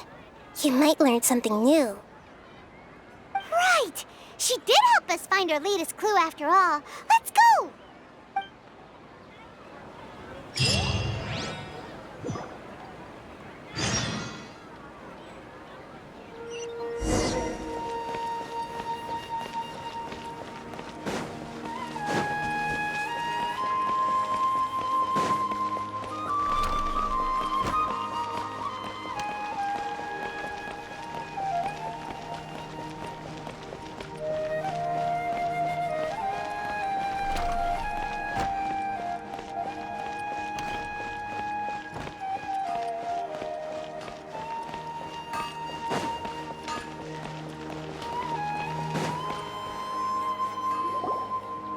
There you are. Really took me a while to find you. As expected, Dia also didn't get hurt today. Get hurt? Why would I? Don't underestimate me. Well, you're still getting used to your new greatsword. Huh. Truth be told, I also think it's pretty strange. It just suddenly felt so familiar in my hands and... wait a second! How did you know I got a new greatsword to begin with? I didn't tell anyone about it. Traveler, could you explain the situation to her today? Paimon's gotten a little sick of doing it. Oh, that works.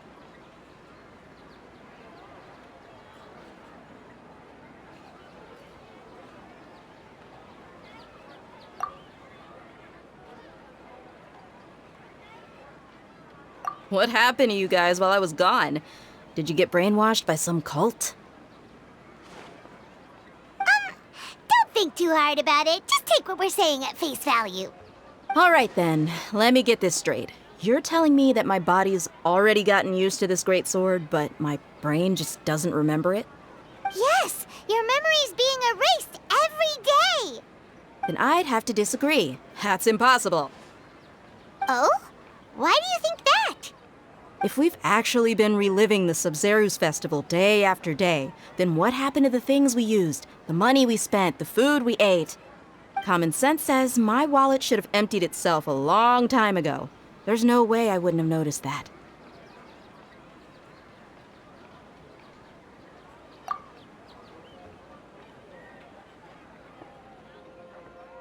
Right! They could use the Akasha to record what everyone did that day, and then use the city's resources to replenish everything! It's not very likely, but it's also not impossible. No, it is impossible. I've got proof. You have proof? Where? You two are surprisingly serious about this nonsensical discussion. Fine, I'll play along for a little longer. Come with me, Miss Dunyarzad. Please come along as well. I still can't guarantee that this area is safe.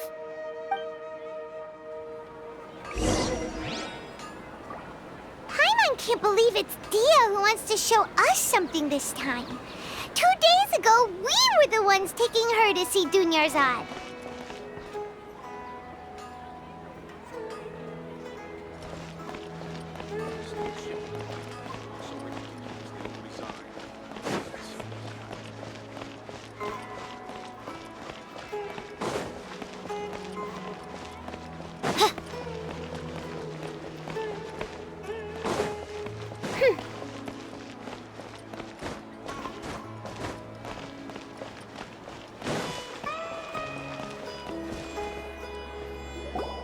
This is it.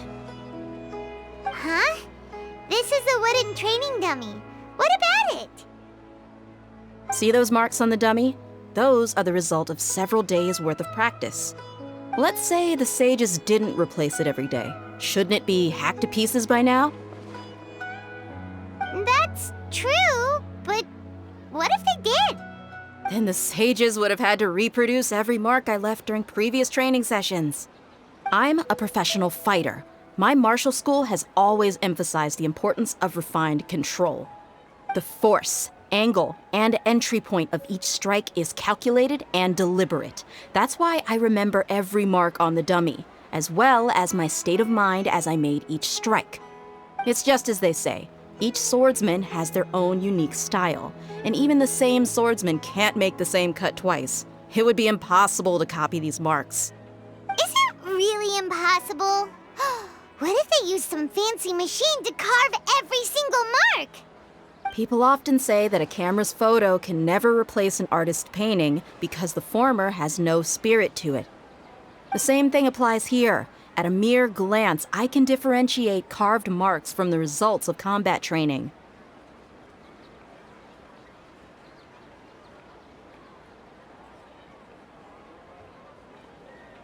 Whew, I hope that cleared things up for you. Hey, is this that new brain-exercise game that's been super popular with the scholars lately? It's surprisingly fun. Anyway, it's getting late. I should escort Miss Dunyarzad to Nilu's stage. See you later. Well, back to square one. Is our memory deletion theory also wrong? But at least we've reached some other conclusions in the meantime.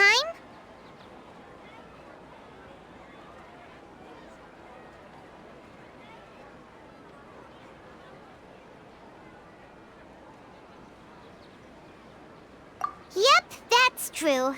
So, can we think of any new ideas right now?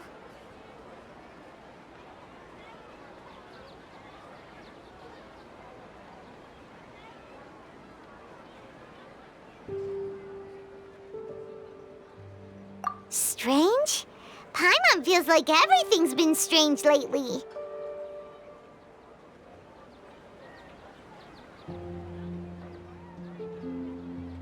Huh? Leaving the city? You're right! It's really strange how we never thought of such a simple solution! Many things should become clear if we can confirm the flow of time outside of the city. Paimon can't believe it! Did we miss this because we're tunnel visioning too hard on our other theories? Or because we're just too tired? How about we go back and ask Nahida? Maybe we've forgotten something about leaving the city.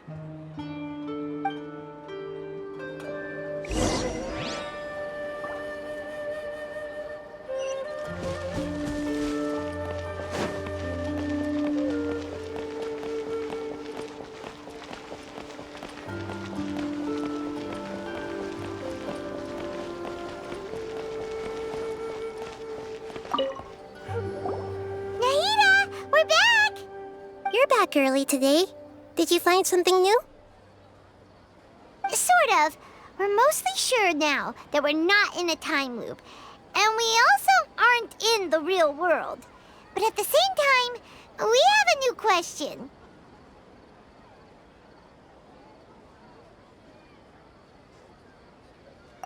Leaving the city. As far as I remember, you've mentioned your plans to do that twice before.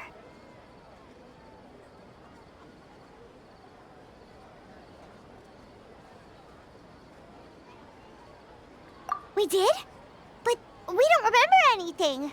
What happened after we talked about those plans? What did we say when we got back? Let me think. I don't think you ever actually told me what the outcome was. Oh, it's probably more accurate to say that both times you never came back the whole night. But you two sometimes stay out the entire night anyway, so at the time, I didn't think too much about it. It is true that sometimes we lose track of time during our investigations.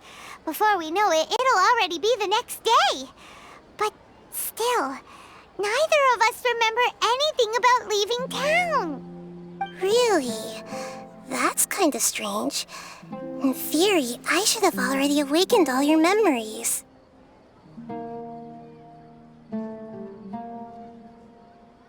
Yep, something here's definitely fishy. Let's get to the bottom of this tomorrow.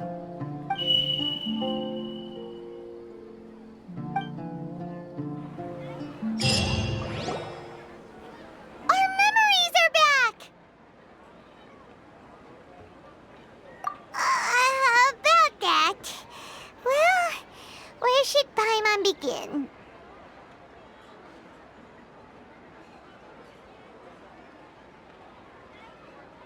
Traveler, aside from your memories that were just restored, I have another message for you.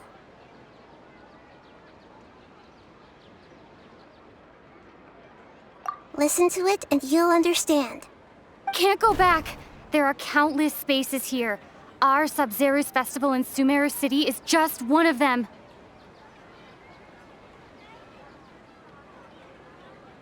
Traveler, you should be missing 2 days worth of memories. Paimon will fill you in. It's time to carry out our plan from yesterday. Okay, let's go!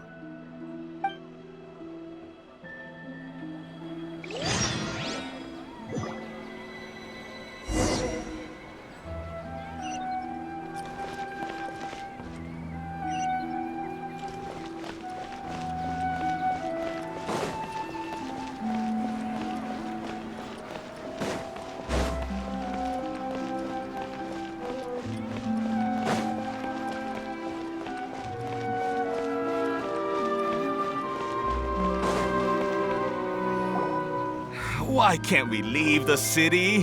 What is the academia up to now? Don't ask me. It's not like I can tell you anything. This is a direct order from the Grand Sage. Just wait until tomorrow. I have a real emergency. My goods have already arrived at Port Ormos. If I don't hurry, they'll be stolen. That's your problem. Make sure you make a request in advance next time. But it's not like you can just predict business matters in advance. It looks like the Academia already announced a lockdown for Sumeru City today. How completely unsurprising. Let's go and question them. Hello, sir. Why can't we leave the city today? Here we go again. Don't ask me. I don't know either. We just received an order that no one is allowed to enter or exit Sumeru today. They didn't tell us anything else.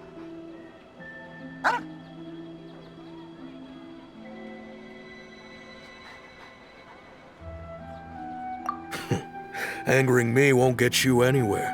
If I had that kind of insider info, I would have left this stupid post long ago. It looks like he really doesn't know. If we can't get anything out of him, let's take matters into our own hands. Why don't we climb over the walls? Those guards can't be everywhere at once. This is a good spot, and the guard hasn't noticed us at all. Let's hurry!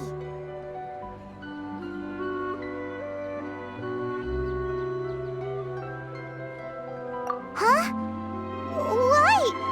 Are you going to leave Paimon behind?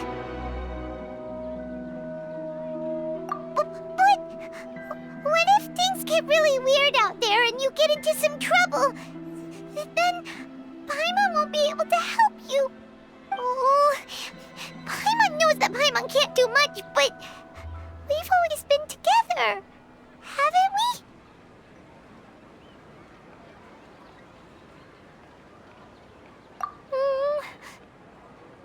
Okay. Paimon will wait for you. Promise Paimon that you'll come back as soon as possible. Just a quick look.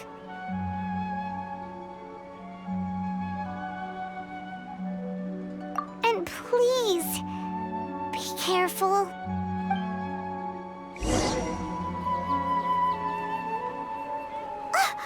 Memories!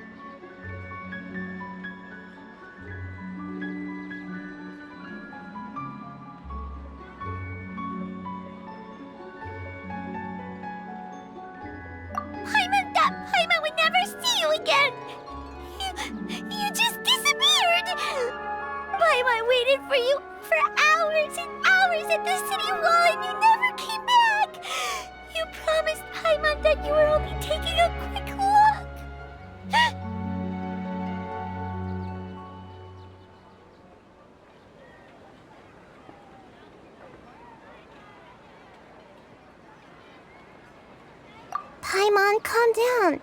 She's here now. I don't think she understood what you were saying. Paimon doesn't care! Paimon wanted to go look for you, but you also said that Paimon should stay! Paimon was so worried and so scared the entire day!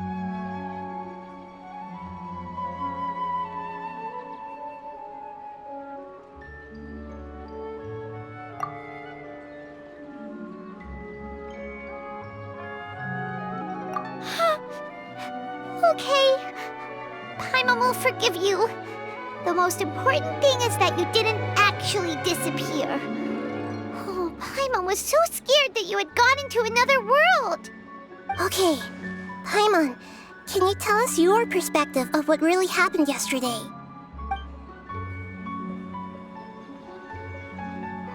I see. Using two people's different perspectives. After that, you left the city. Paimon kept her eyes on you the whole time, but then you disappeared in an instant.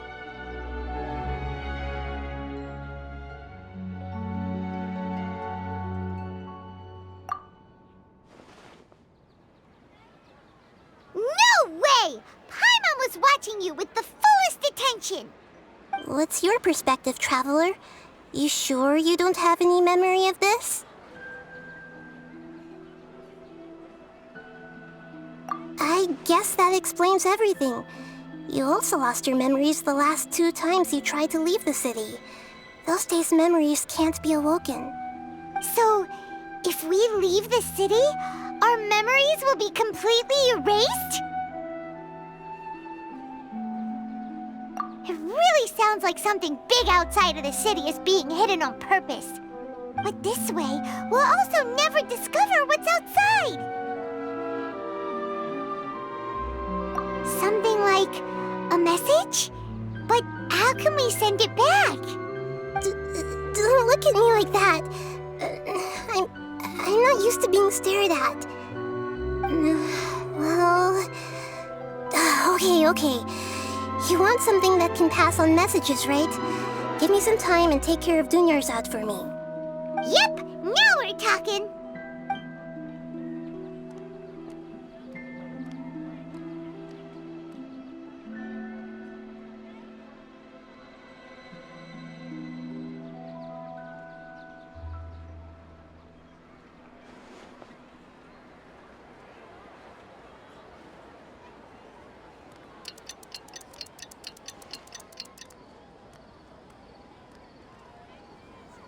I'm done. Here you go. What? Isn't this just an Akasha terminal? I made some little changes. Akasha terminals are already capable of sending messages. I just tweaked it so that it could connect to any node. To make something like this? Nahida, you really know the Akasha like the back of your hand. Anyway, we can use this now to record a message, right? Yep. I'll help you save the messages. It should be pretty easy to use. I just can't guarantee the user's status and signal coverage when they're outside the city. We'll never know until we try. At least we're taking the initiative now.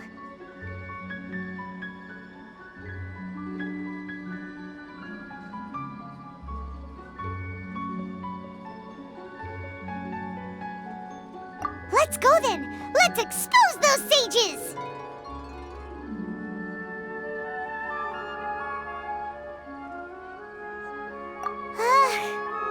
Alright. Paimon isn't as worried about being separated since it happened once yesterday. But Paimon still isn't happy about it. Okay, see you tomorrow, Traveler! That covers everything that's happened so far.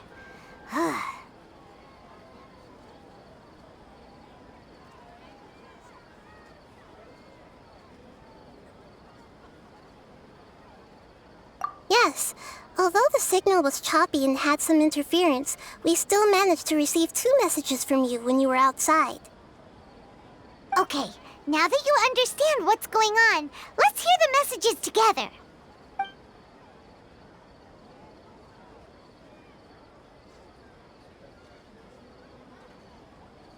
can't go back. There are countless spaces here.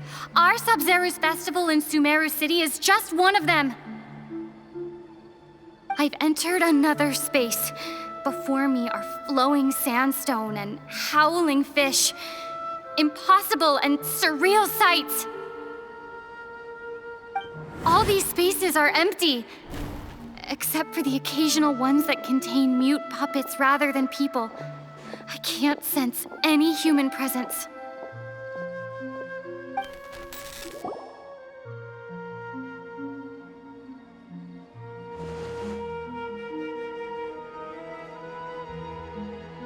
That's one heck of an info dump. It sounds like you left the Sumeru City space when you set foot outside of the walls. But everything looked completely normal when Paimon was looking out from the inside. That's unbelievable. And if we take your word for it, the other spaces all had very weird contents. There's another part here. We only received it last night. These spaces have been disappearing, one after the other, absorbed by something like a sun in the sky. And now, even the final space has also disappeared. Behind me, a lot of spaces just appeared again from thin air. I get it now. Those spaces are actually...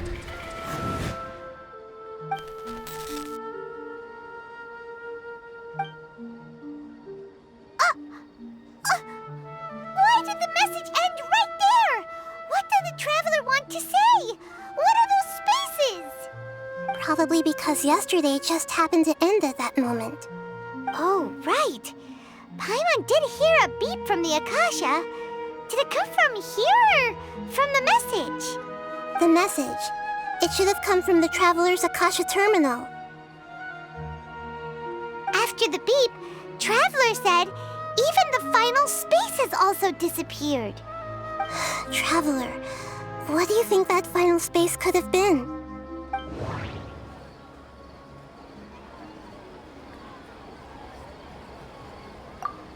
All the bizarre spaces I saw outside the city had one thing in common. Was that space actually the real world? My impression is that each day in this samsara only ends at the sound of that beep.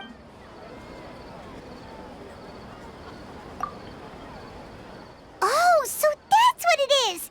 After the sound of the beep, the final space, the Sub-Zero's festival, also disappears, and we're taken to the next day.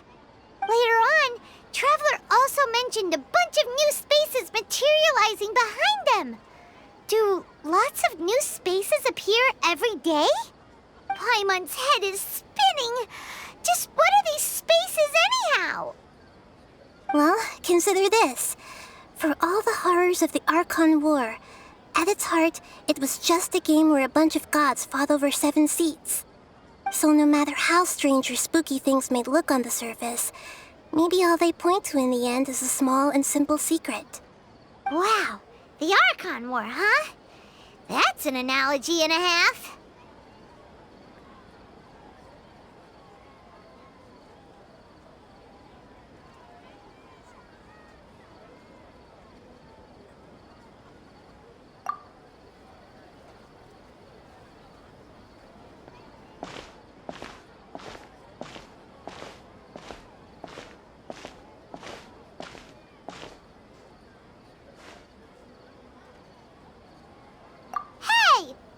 Going?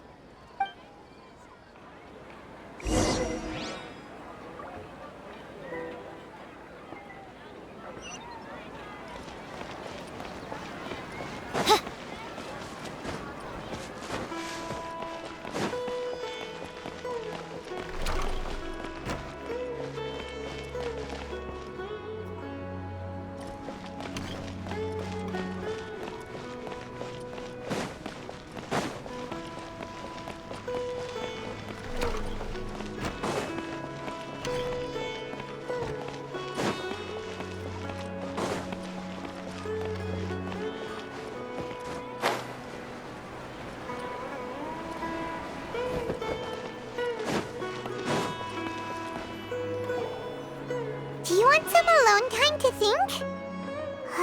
Alright then, Paimon won't disturb you.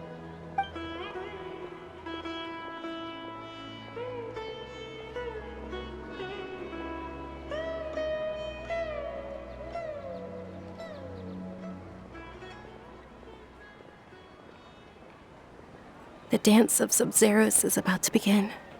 I'm going to go watch it.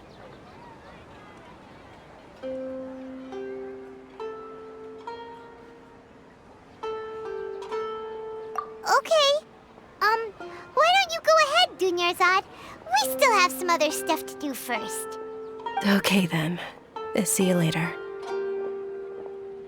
Have you figured it out yet, Traveler? Time is ticking away. Awesome! What is it? Paimon wants to know. Oh, wait, no. Let's meet up with Nahida first. You can tell us both together. This time, we're gonna get to the truth.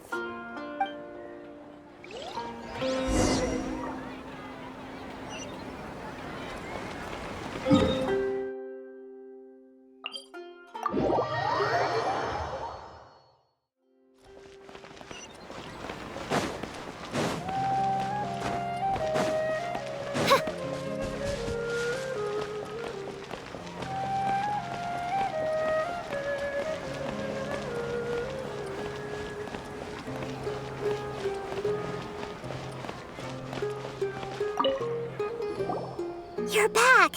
I've been waiting forever for you two. Judging by the looks on your faces, are you ready to take your Sub-Zero's exam and graduate from the festival?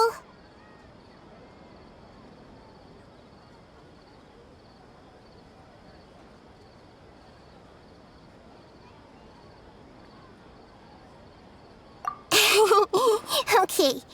First off, have you discovered the hidden truth?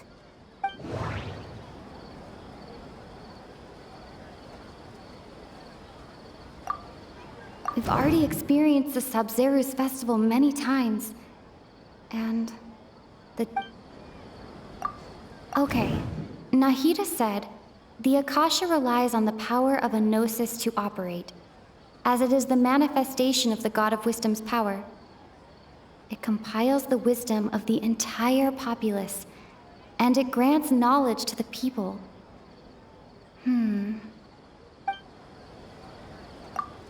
All the moon... People in...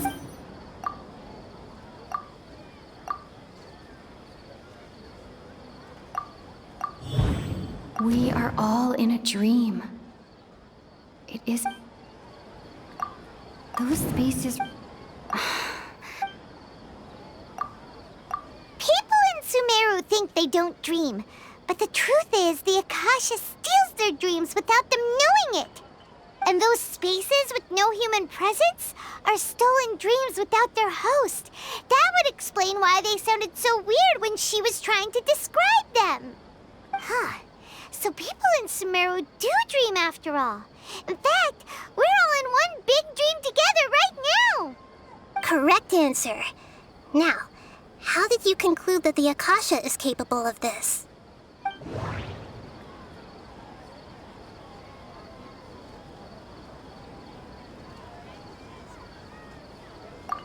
The Akasha relies on the power of a gnosis to operate.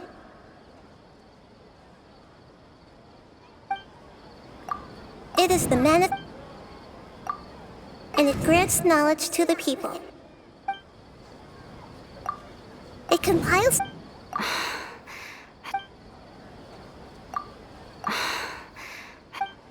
and it grants Oh, okay. Those dream-controlling creatures in the forest also get their power from the Dendro Archon, right? That would explain why the Akasha has the ability to control people's dreams, too. But is stealing everyone's dreams really how the Akasha compiles their wisdom? Isn't there anything more to it than that? Dreams are fantastical, complex, and full of imagination. People's brains are the most active when they're dreaming. In other words, dreams are rich bundles of human wisdom. So in other words, the complete opposite of how Hypatia understood it. Paimon remembers her saying that the sages think dreams are foolish delusions, and the fact that no one dreams is a blessing from Greater Lord Rukkhadevata. So it was all a dirty trick? The real story is that the sages from the Academia are using the Akasha to steal people's dreams for their own use, huh? Oh? By the sounds of it, you understand the current situation pretty well. So then, what about the samsara?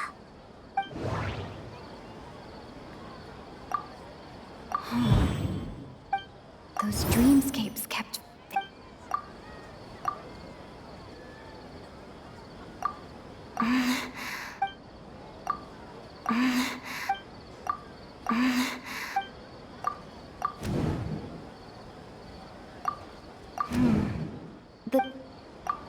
We've already experienced the Sabzeruz festival many times. And the day of the... My mind feels exhausted, even though I haven't done too much thinking. What is going on?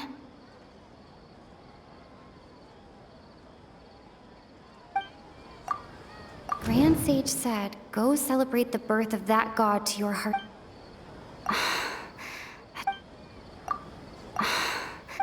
Those dreams...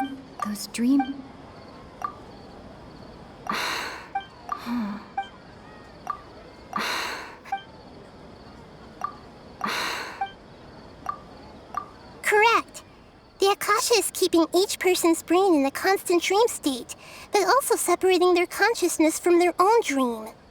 Their disembodied consciousness is placed inside the collective dream of the Sabzeruz festival along with everyone else's, while their now vacant dreams are harvested by the Akasha. No one is any the wiser as another day passes in the dream, and so begins another samsara cycle. People wake up to yet another dream about the Sabzeruz festival.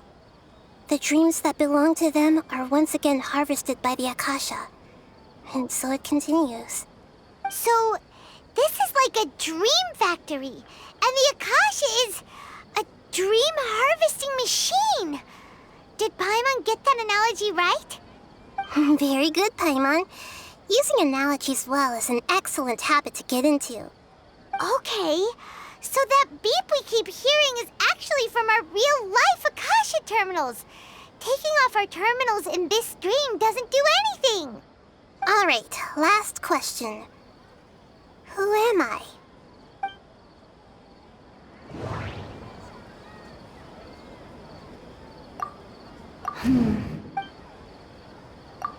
Now that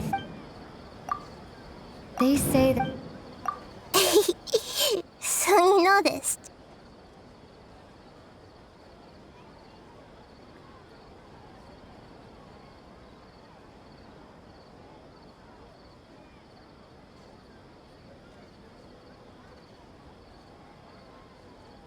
I thought that one would be the hardest question. That's why I put it last. That wasn't hard at all. Even Paimon guessed that. Everything about you is different. We just didn't want to expose you is all. Now that you mention it, Nahida, you've been hinting to us since the very beginning. It's funny. Thinking back to when we were asking all over the place for info about Lesser Lord Kusanali, Paimon didn't expect to meet you like this. Yes, those can wait until we're back in real life. On the other hand, I'd be happy to answer any more questions you have about here and now.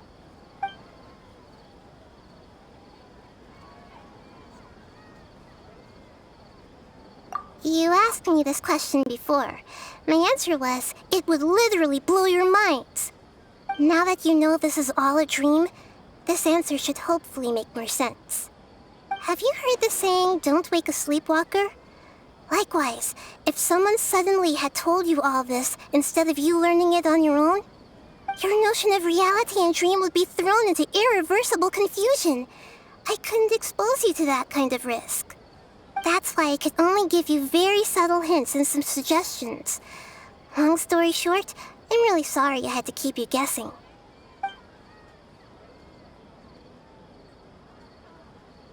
Firstly, this dream we're in is completely based on reality. People have already experienced this Sub-Zero's festival, so it would be very difficult for them to find anything that strikes them as surreal.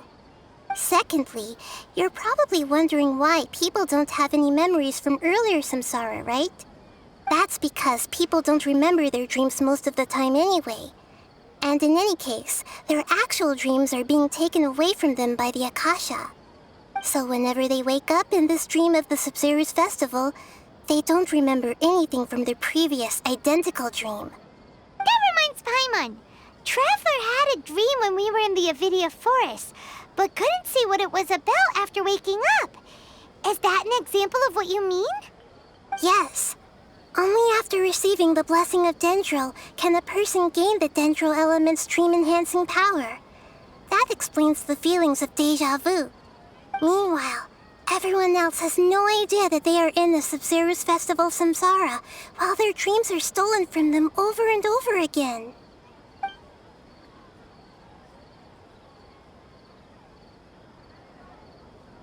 Can humans really keep dreaming forever like this?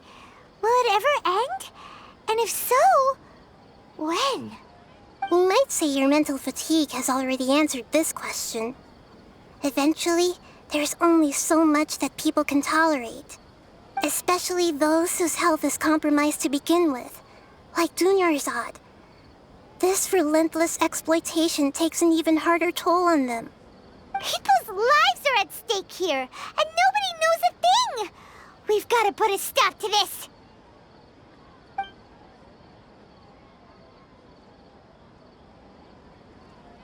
I know, right?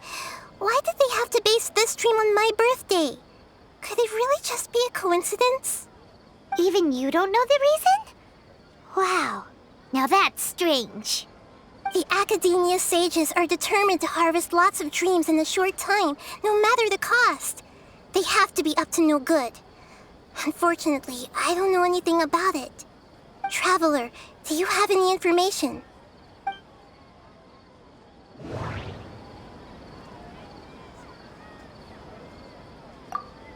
Grand Sage said, go celebrate the birth of that god to your heart's content. Did he mean something more?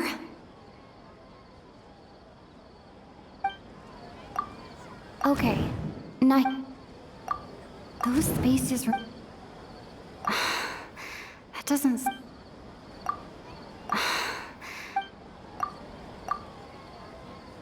Celebrate the birth of that god? Could it mean...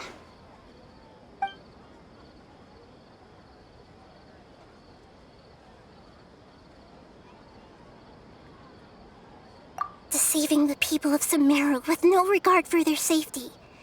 No matter what they're trying to do, this is unforgivable.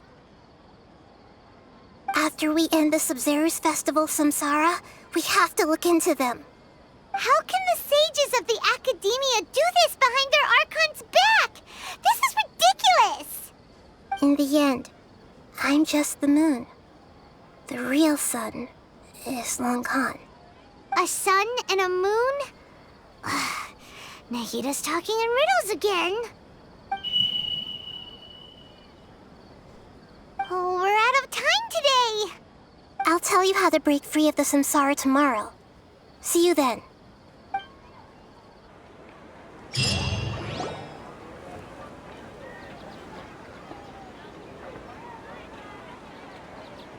Good morning, Nahida. Wait. Now that Paimon remembers everything, should we instead say good morning, Lesser Lord Kusanali? Hey, what's wrong, Nahida? You don't look too good.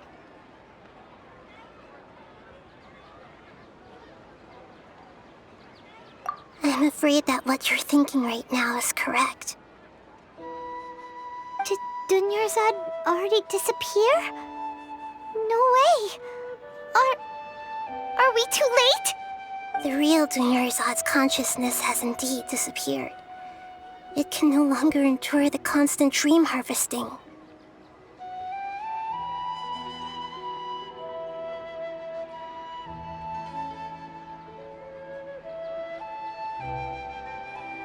Paimon even can't believe it.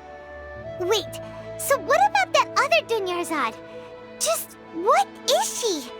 Is she also going to disappear? She's actually something like a puppet, but not completely. The real Dunyarzad's consciousness could no longer keep playing her role in this dream. So another Dunyarzad appeared to replace her in the dream. Just like the grass and the trees, that Dunyarzad is just a building block of the dream that helps to keep it going. But personality-wise, she's nothing like the real Dunyarzad. Puppets are stiff and can't copy a living person's vitality. After all, they're just there as filler. You know, speaking of which, the old Dunyarzad might not have been too different from a puppet. Dunyarzad truly believed that she met you within her consciousness, and it was you who inspired her. So you do remember her after all. Yes. Back then, her family was overly protective of her. No one cared about her personality or thoughts. It was as if she only lived to stall her Elazar. I just gave her a little wisdom so she could look at life in a new way, so that she could be her own person. But even so, she's still...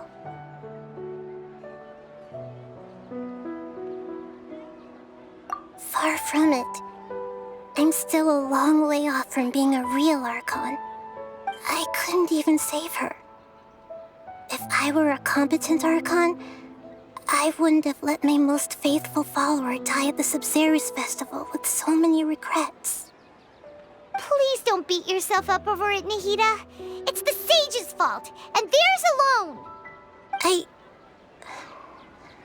I'm not beating myself up. All I did was to rationally observe the distance between myself and a real Archon.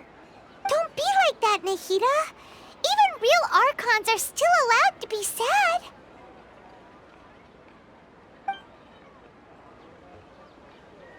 To prevent more tragedies like this, we must end the samsara as soon as possible.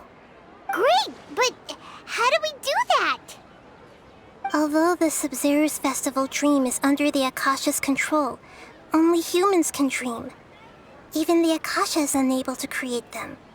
That means this dream belongs to a host who created it.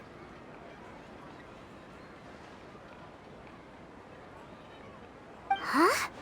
So, how should we find that person?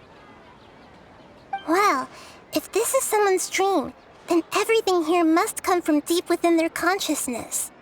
Which means, with the power of imagination, they can change anything in this dream. Imagination? What do you mean by that? Imagination means breaking through what you perceive as normal. Like when the server at a tavern brings a plate to you, you'd naturally assume that food is on it. However, if you're the dream's host and you become aware that you're dreaming, when you imagine gold and more on the plate, the dream will respond in kind, and the server really will bring you gold and mora. But right now, our host is unaware that this is a dream. No matter how many times they're served, it will always be food. Find some way to make that person realize that they're dreaming. Usually, once that happens, the person will wake up and the dream samsara will be broken. How are we going to find them, though? If it could be anyone, it'd be like looking for a needle in a haystack. And even if we did find them, how are we supposed to make them realize they're dreaming? After all, like you said, don't wake a sleepwalker. It's extremely difficult, yes. But the only ones who can do it are you two. Remember, everything you've achieved up to this point has all been for the sake of finding the host and ending the samsara. As for me, during this time, I'll be out of town. Out of town? Are you going to that place full of dreams where the Traveler went? Yes. I want to try something. There must still be a small wisp of possibility. Hurry and go. Dreams are supposed to be fantastical, romantic, and full of pleasant surprises. Unnecessary things like this samsara need to end. Paimon's still a little upset that we've come this far only for Dunyarzad to... She was such a good person, with such a simple wish. But fate was against her.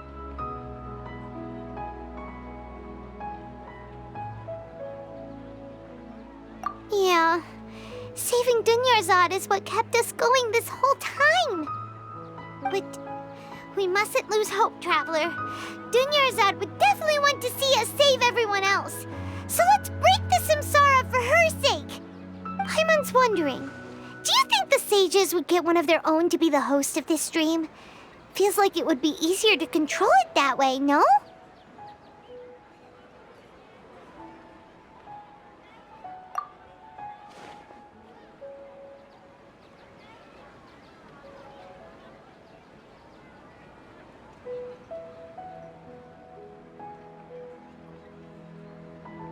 Huh. That's true. Plus, the sages probably weren't counting on there being other factors beyond their control, like Nahida and us. So, who do you think the host of the dream is? Oh, that would make sense. Ferris, the Knight of Flowers, is a symbol of the whole Sub-Zero's festival, right? Pretty core character. Let's go ask him some questions, shall we?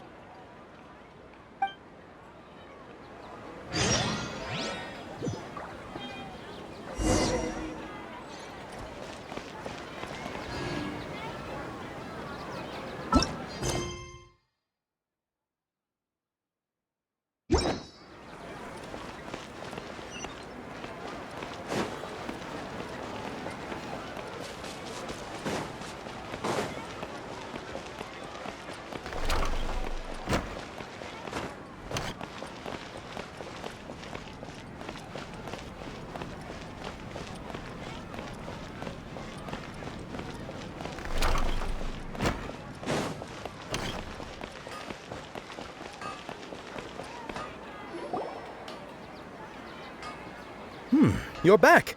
You left in a hurry last time. Is everything okay?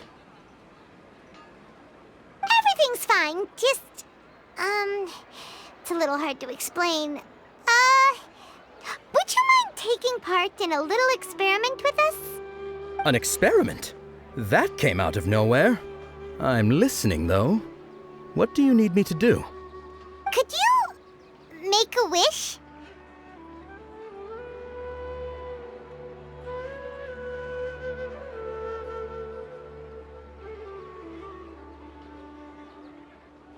You want me to make a wish?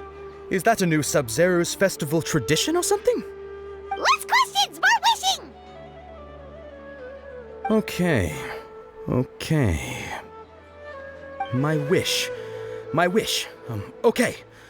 I'm a little nervous saying this out loud, but I want Miss Dunyarzad to be happy. Oh. I noticed earlier that she looked a bit down, and she wasn't really talking to anyone. She just doesn't seem like herself. She's always so gentle and kind, and all the kids love her. I've also wondered if the reason she asked me to be Ferris Knight of Flowers is because I'm special to her, or something. So, you have a crush on Dunyarzad? Oh, is it that obvious? After what I just said, I guess it is. When she placed the hat of the Knight of Flowers onto my head, she said to me, I want everyone to have a happy Sub-Zero's festival. What she didn't realize was that I'm not that interested in how everyone else feels. In that moment, I just wanted to be her Knight of Flowers for the rest of my life. 50 years, 100 years, I'll serve her till the end of time. Okay, yeah, that was a bit much. Felt like the right moment to get it off my chest, but That was pretty embarrassing. Okay, I'm ready to make my wish. I would like Miss Dunyarzad to appear in front of me right now with a smile on her face. Here goes. Please come true.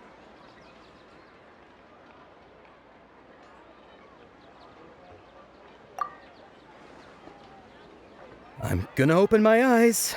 Oh, you're... What? Faki? Sorry, but only one portion of Yalda candies per person. Back home you go. Nice try, you two. Anyway, never mind. I don't need to see her appear right in front of me. As long as she's happy. Guess he isn't the host of this dream after all. Should have expected it wouldn't be this easy.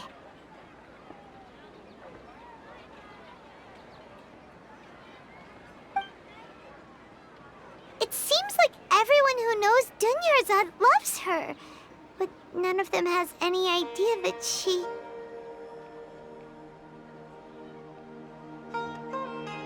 My lady, step back. That sounds like Dia! Oh, right. This is when Dunyarzad bumps into the kidnappers.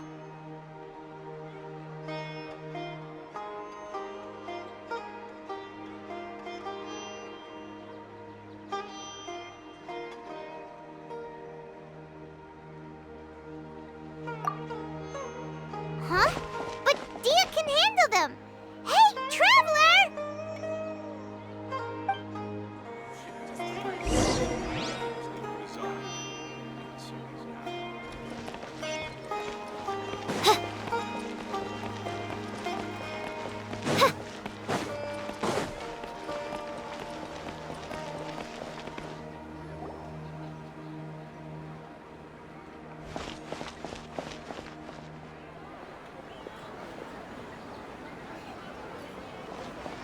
Oh, it's you. Great timing.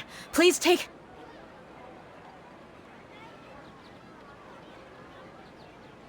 Hey, this is my job. The homie Yannis pay me, not you.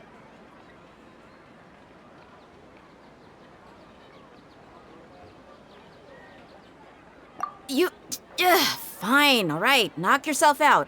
Why are you so worked up anyway? It's not like I don't trust your fighting skills. Anyway, watch yourself.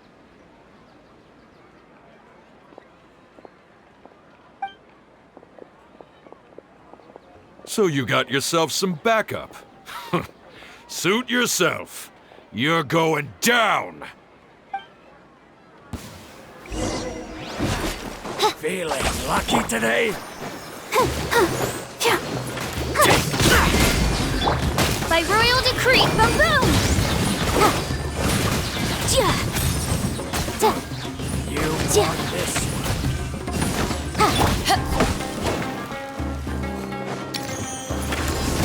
Incinerate!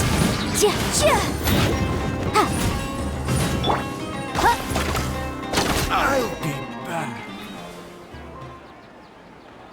Traveler, were you just taking your anger out on those guys?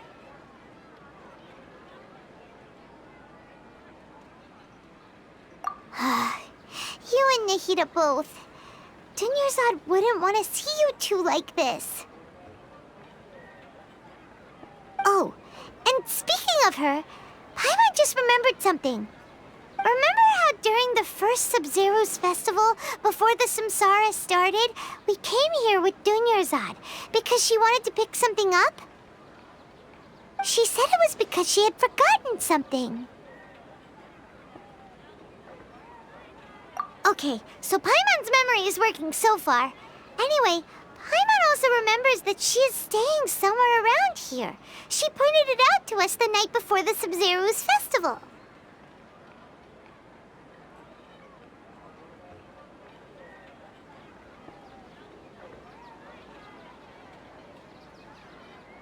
Yeah, even if it's only a tiny clue, it'll probably still help us more than this needle in a haystack search.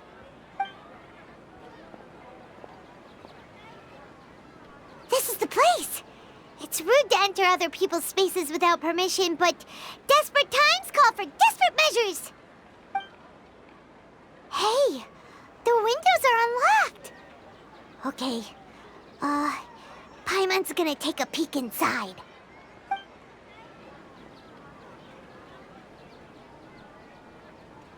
This was only a temporary residence, so there was pretty much nothing inside except this book on the table. Should we open it?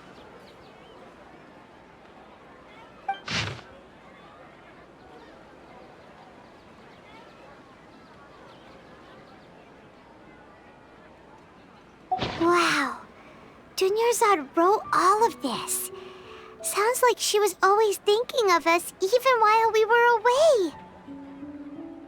Even though she was also busy preparing for the Sub-Zero's festival and had all her health problems to worry about.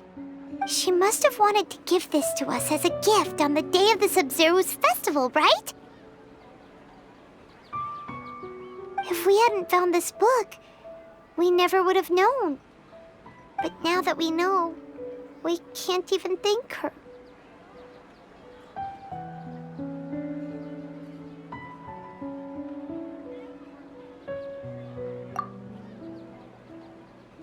Hey! Where are you off to now?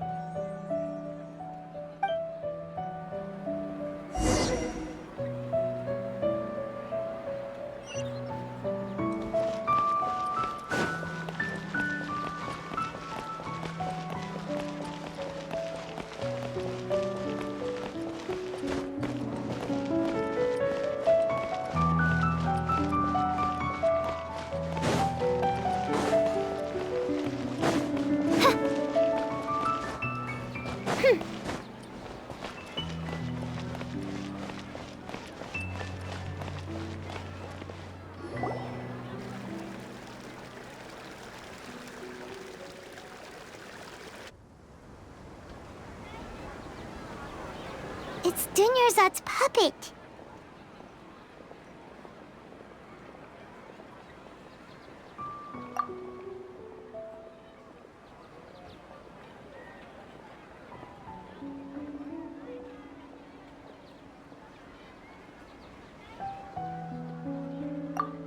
Traveler? You must be exhausted. Come to think of it, we've been stuck in this place for a really, really long time. Heck, even the last time we were chatting happily with Dunyarzad feels like an eternity ago.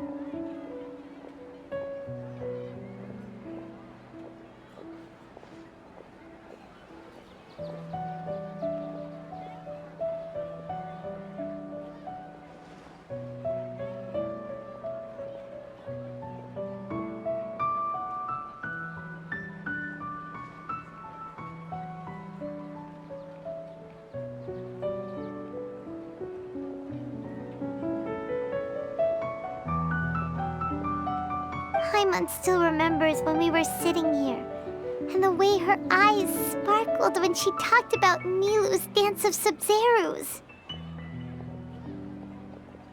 There will always be frustrations in life, but I know that the point of living is not to leave behind any regrets.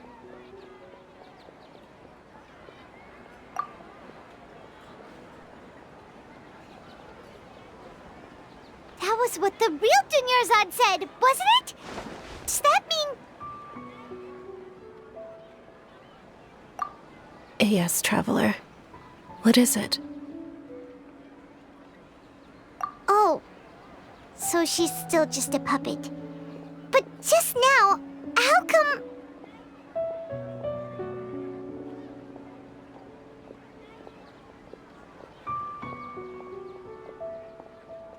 What?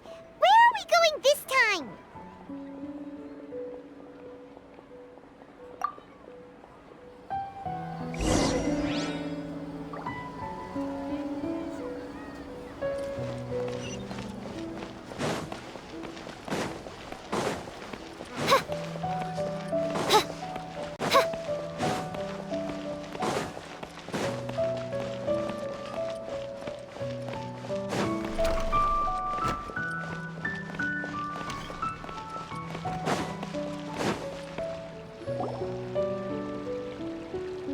If you continue to resist, we will have to order an investigation into every single event organizer. The Grand Sage has already granted you much leniency. I advise that you exercise tact. How did things turn out like this?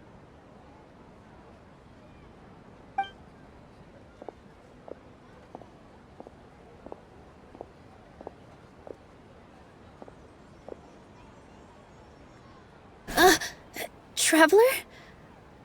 You don't have to get involved. He's a sage from the academia. I don't want to drag you into this. Traveler? Traveler? What the heck are you doing? If you get arrested by the academia, that's another day gone to waste!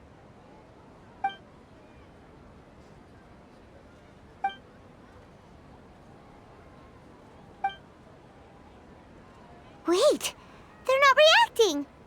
Have they been scared stiff? Oh, of course! If this is the sage's plan, they wouldn't put themselves through this. So they're just substitutes. What is this? What happened to the Grand Sage and his entourage?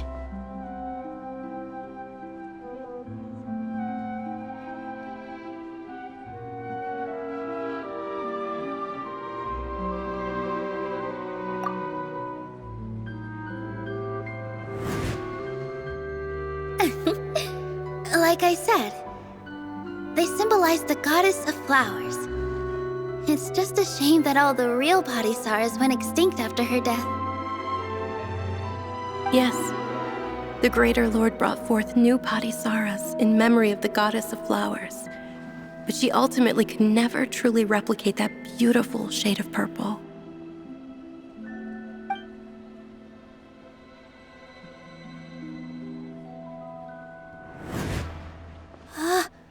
That beautiful shade of purple.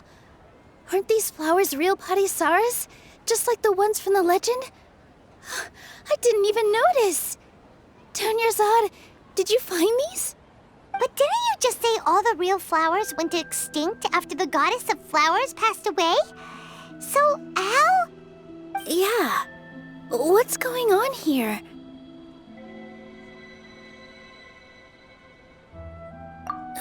Huh?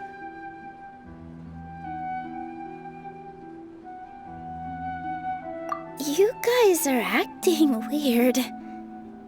But okay, I'll try.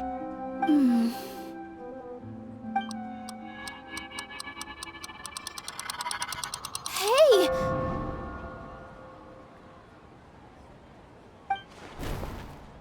They disappeared! So Nilu's the host! What a surprise! Purple Padisaras don't exist in the real world anymore. But in Nilu's subconscious, they can appear as decorations on the stage. It's just like the example Nahida told us. People assume there will be food on a plate, and Nilu assumed there would be real Padisaras in the flower pots. So when you saw the flowers, you instantly knew it was Nilu?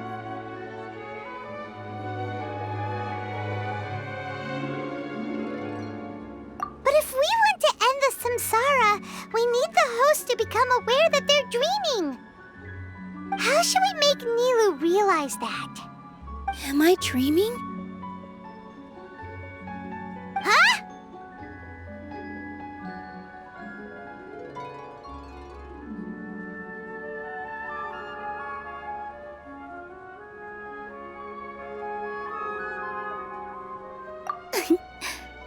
So I'm right. Is this Lesser Lord Kusanali responding to our celebration of the Sabzeruz festival? Wrong guess, but you aren't completely wrong either. The point is, what made you think this is a dream? As far as you know, people in Sumeru don't dream, right? Yeah, but have you heard the tale of the first sage?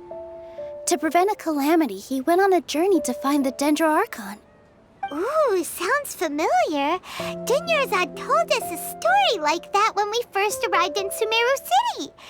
So it was about the first sage, huh? Yep, but in the part you heard, he hadn't become the first sage yet. There's more to the story.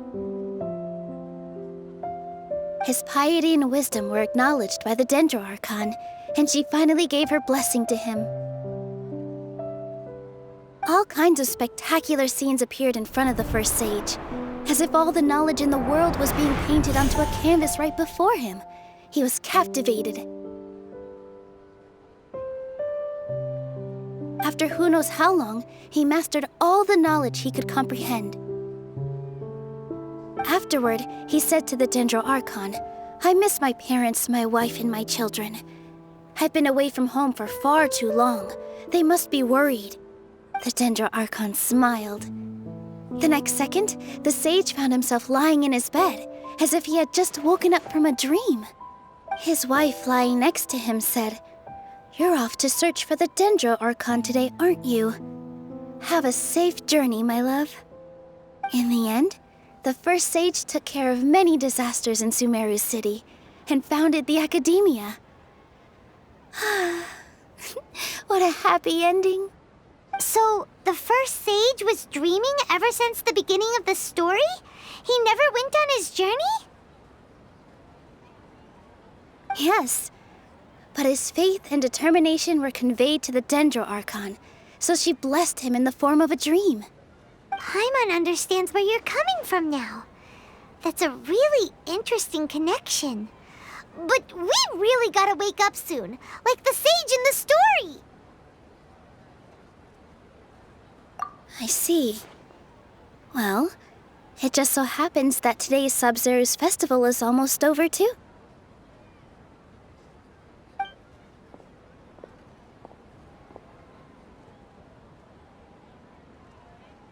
Since we're in a dream, let's make this final dance of Sub-Zero's as beautiful as we can.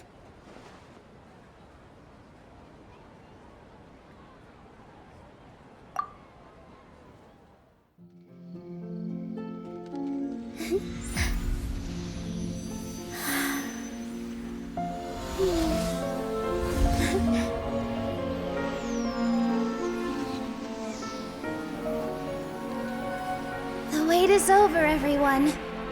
I dedicate this to our god, the Dance of Sub-Zeros.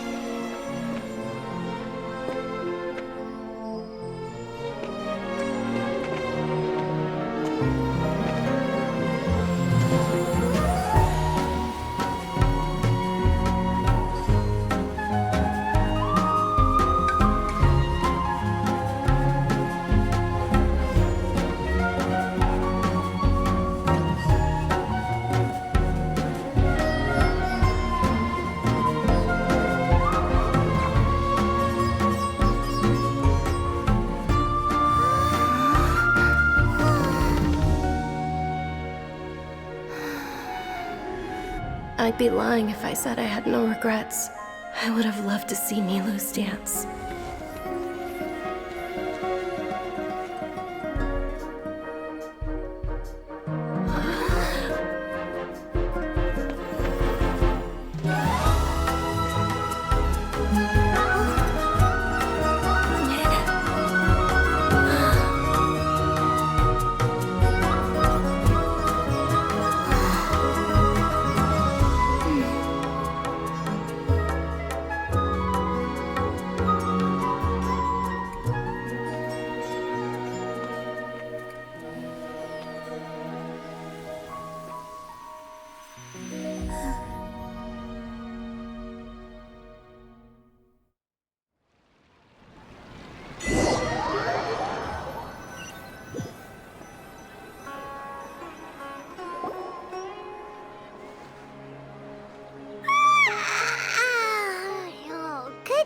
Traveler.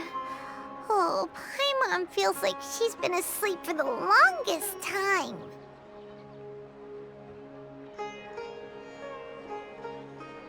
Paimon's head feels super heavy. Did we oversleep? Do you even remember going to sleep last night? Paimon thinks it was after the Sub-Zero's festival. The Sub-Zero's festival! Have we finally escaped from the Sub-Zero Samsara?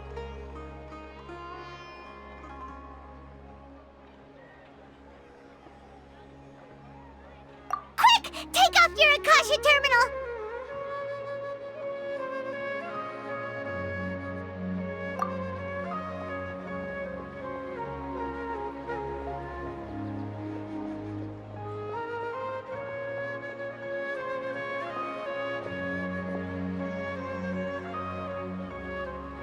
She's not in her room. What happened? Huh? What usual spot?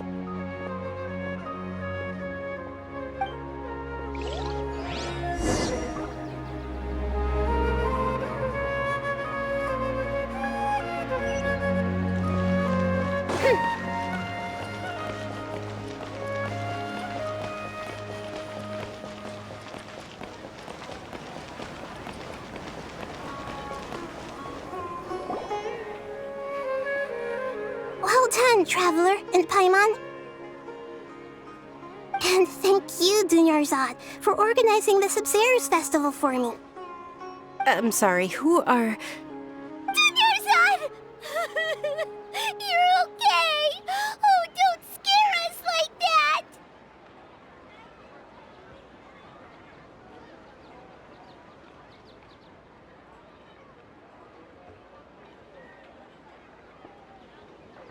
Oh, Traveler Paimon. I have something amazing to tell you. I just had a dream, and I saw Nilou performing the dance of Sub-Zeros.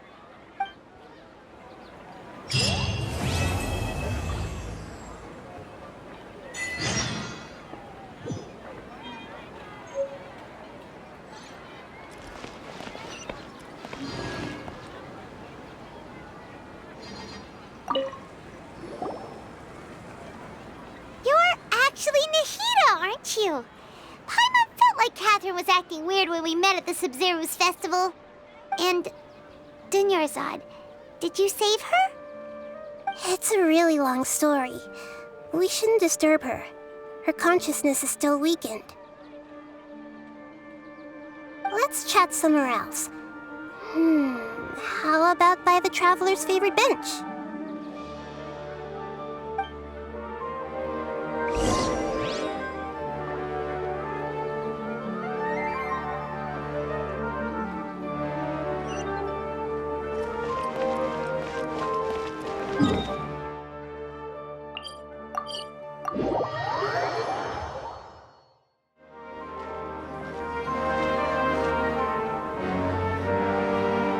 Let's talk about Dunyarzad first. It's such a relief that she's all right. After we parted on the last day of the Sub-Zero's festival, I left the city and saw what the Traveler had described. Among the countless dreams, I found one that was growing fainter and fainter. This proved my suspicion. Once Dunyarzad could no longer bear the Akasha harvesting her dreams, her consciousness began to dissipate. But this also meant it escaped the Akasha's control. Such a small fragment of consciousness can't last for very long, though. It will return to its original dream, where both will gradually fade until they completely disappear. I used all the power I had to keep her dying dream alive as long as possible. But it still wouldn't have lasted for much longer if it hadn't been for you two breaking the samsara. So it looks like we did manage to save Dunyarzad in the end. And not a moment too soon.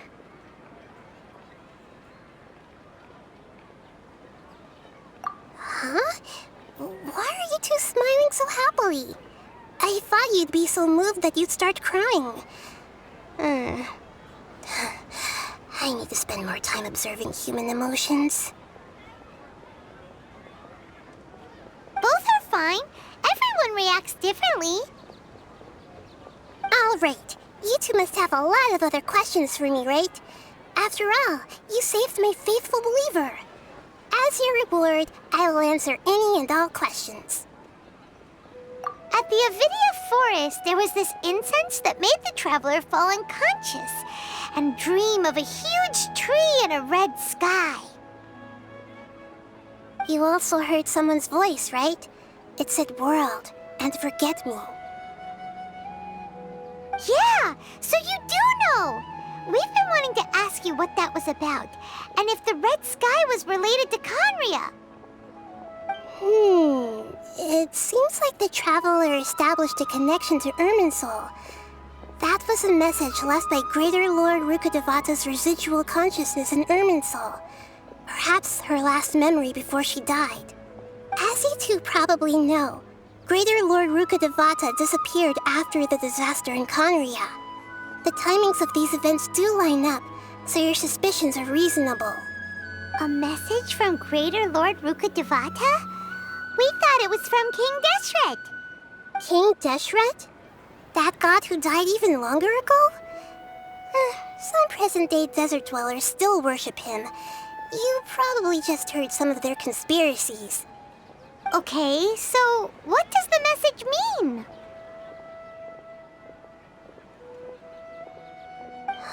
I still haven't managed to decipher it. Even the Akasha isn't currently capable of doing that. Greater Lord Rukkhadevata's residual consciousness in Irminsul seems to be contaminated with something that has a very dangerous aura to it. Many devoted scholars go mad as soon as they connect their consciousness. I've warned the Academia about this many times, but people still keep falling victim to it. But I believe this is the key to saving Irminsul. That's why I've kept trying to decipher it. So the tree in the vision was Irminsul? Oh, Tainari also said that Irminsul is sick! Is it because of the contaminated consciousness? But even if you can't figure out what that vision was all about, it seems like our search for you was all in vain. The traveler wasn't affected after coming in contact with that consciousness. I've never seen anyone like that. With you here, we may have a chance at deciphering it. No, we must decipher its secrets. I've already eliminated all other factors that might affect Irminsul. This is the only one left. This puzzle has life and death at stake. It could determine Irminsul's fate, as well as Tevat's. To be accurate, I'm using the Akasha as a medium to occupy Catherine's consciousness. How did you do that? Poor Catherine. Does this mean you can also occupy other people's consciousnesses? Theoretically, I can enter anyone's mind as long as they're wearing their Akasha terminal. The Akasha is the legacy of Greater Lord Rukkhadevata. As Lesser Lord Kusanali and the first Akasha terminal, my consciousness has always been linked to the Akasha. I've always respected my people's free will, so I've never actually occupied their consciousness. When necessary, I just borrow this bionic Snezhnayan puppet. Hold on. Did we just learn some deep, dark secret? So Catherine is... No wonder Paimon felt something was off about her. What about your own body? Why do you need to borrow other people's? Don't you live in the sanctuary of Surasthana? That story begins a long time ago. After Greater Lord Rukkhadevata disappeared, the sages found my newly born self and took me back to Sumeru. At that time, I was young and weak. The sages kept me in the sanctuary of Surasthana, ostensibly for the sake of protecting me. But I've hardly heard from them since. However, I do understand that they had hoped to find Greater Lord Rukkhadevata instead of me, a symbol of her passing. So, the sages basically put their new Archon under house arrest? How dare they! Why don't you teach them a lesson, Nahida? In some ways, they aren't wrong. Greater Lord Rukkhadevata was omniscient and omnipotent. Even after her death, the Akasha is still empowering this nation. And I I'm still really far away from being able to call myself the God of Wisdom. Moreover, the Academia is also more proficient at governing this country. My existence has little meaning.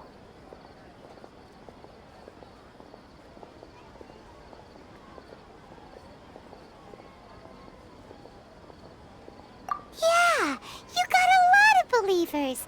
Just look at the Sub-Zero's festival. Everyone who showed up truly loves you. Thank you for the kind words. But I honestly don't need physical freedom as long as I can connect my consciousness to the Akasha. Trying to find a way to save Irminsul is my life's mission and top priority. I will work on that and try to live up to being a deity in the meantime. Every once in a while, I will also take up the duties of the God of Wisdom and enlighten a lost soul here and there. Doing all that should be enough.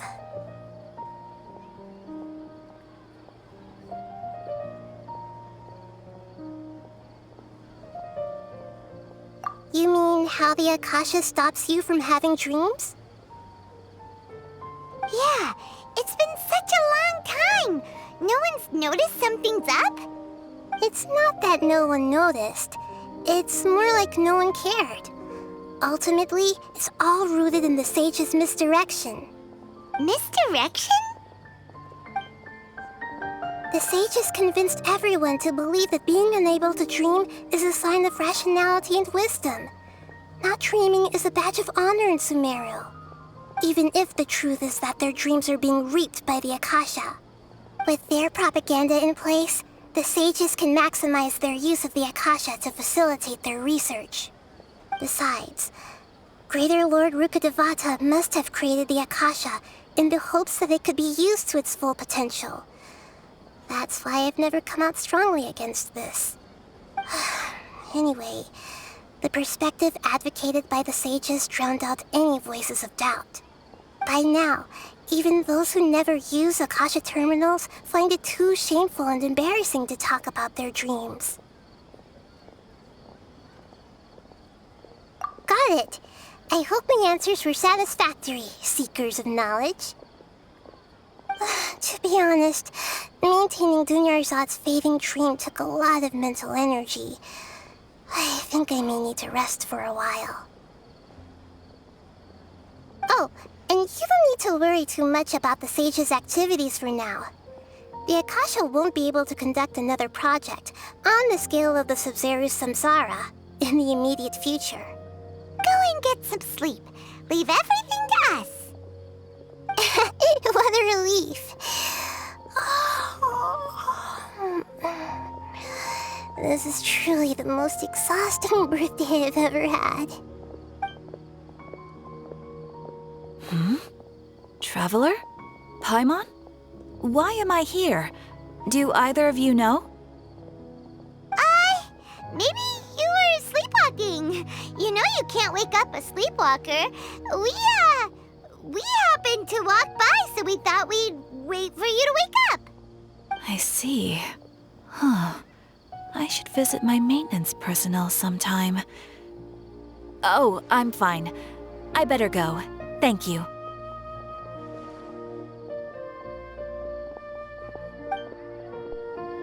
We've spent quite some time in Sumeru City, but ever since we last said goodbye to Lesser Lord Kusanali, we haven't heard anything from her. Oh, we can't just keep waiting around like this. Let's go find Catherine and pick up some work so we can at least keep ourselves busy.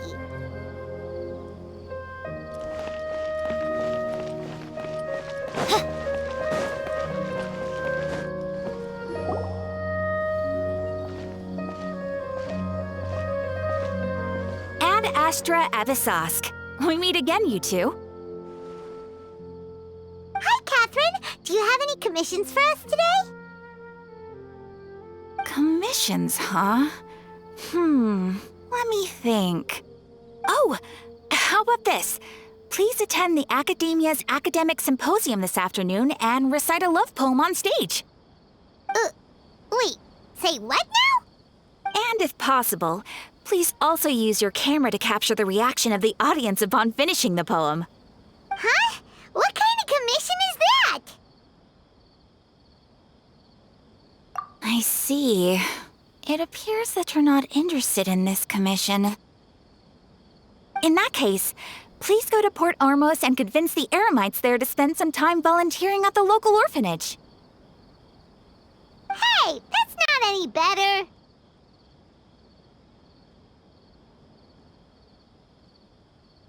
Mm-hmm. I'm sure the mercenaries will have some interesting reactions as well. Paimon's gotta ask, just who exactly has been submitting these commissions to the Adventurers Guild? Oh, the commissioner? Well, actually, I just wanted to see the two of you in action.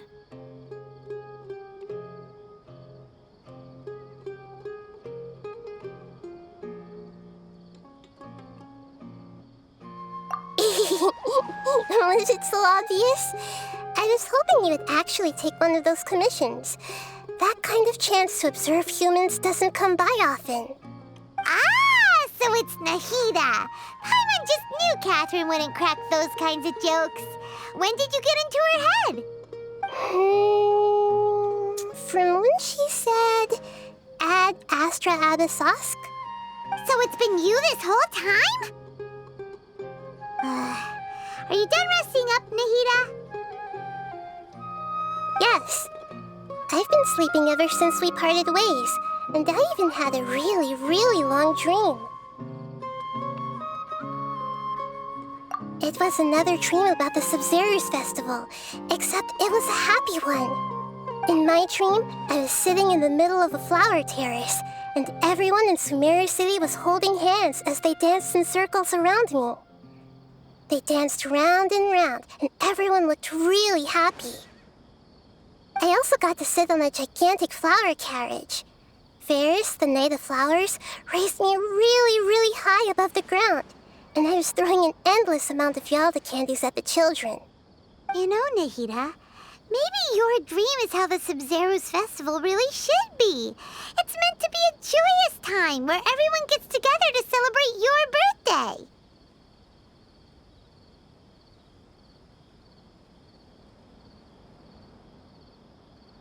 Huh?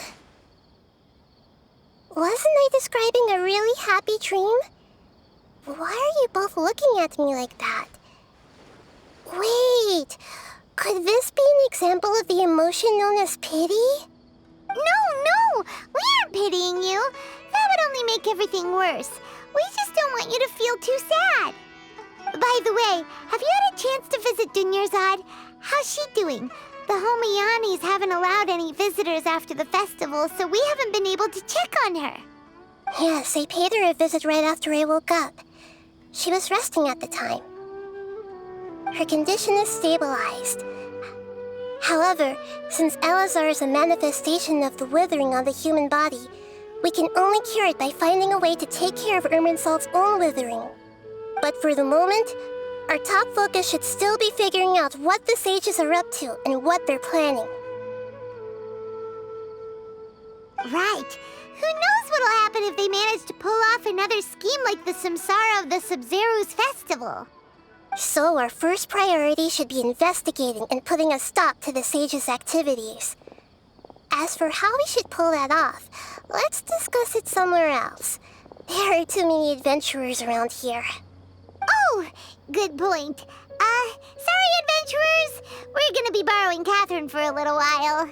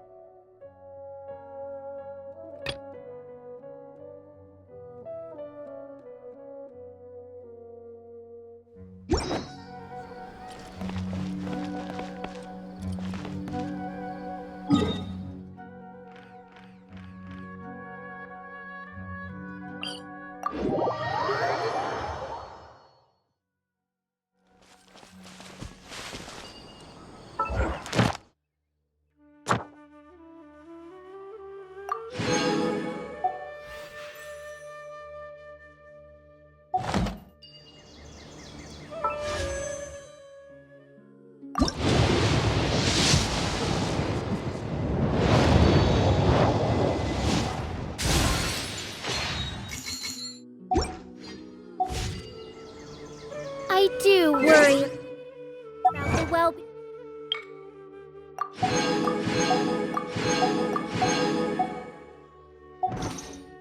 of my retinue during my impromptu absence.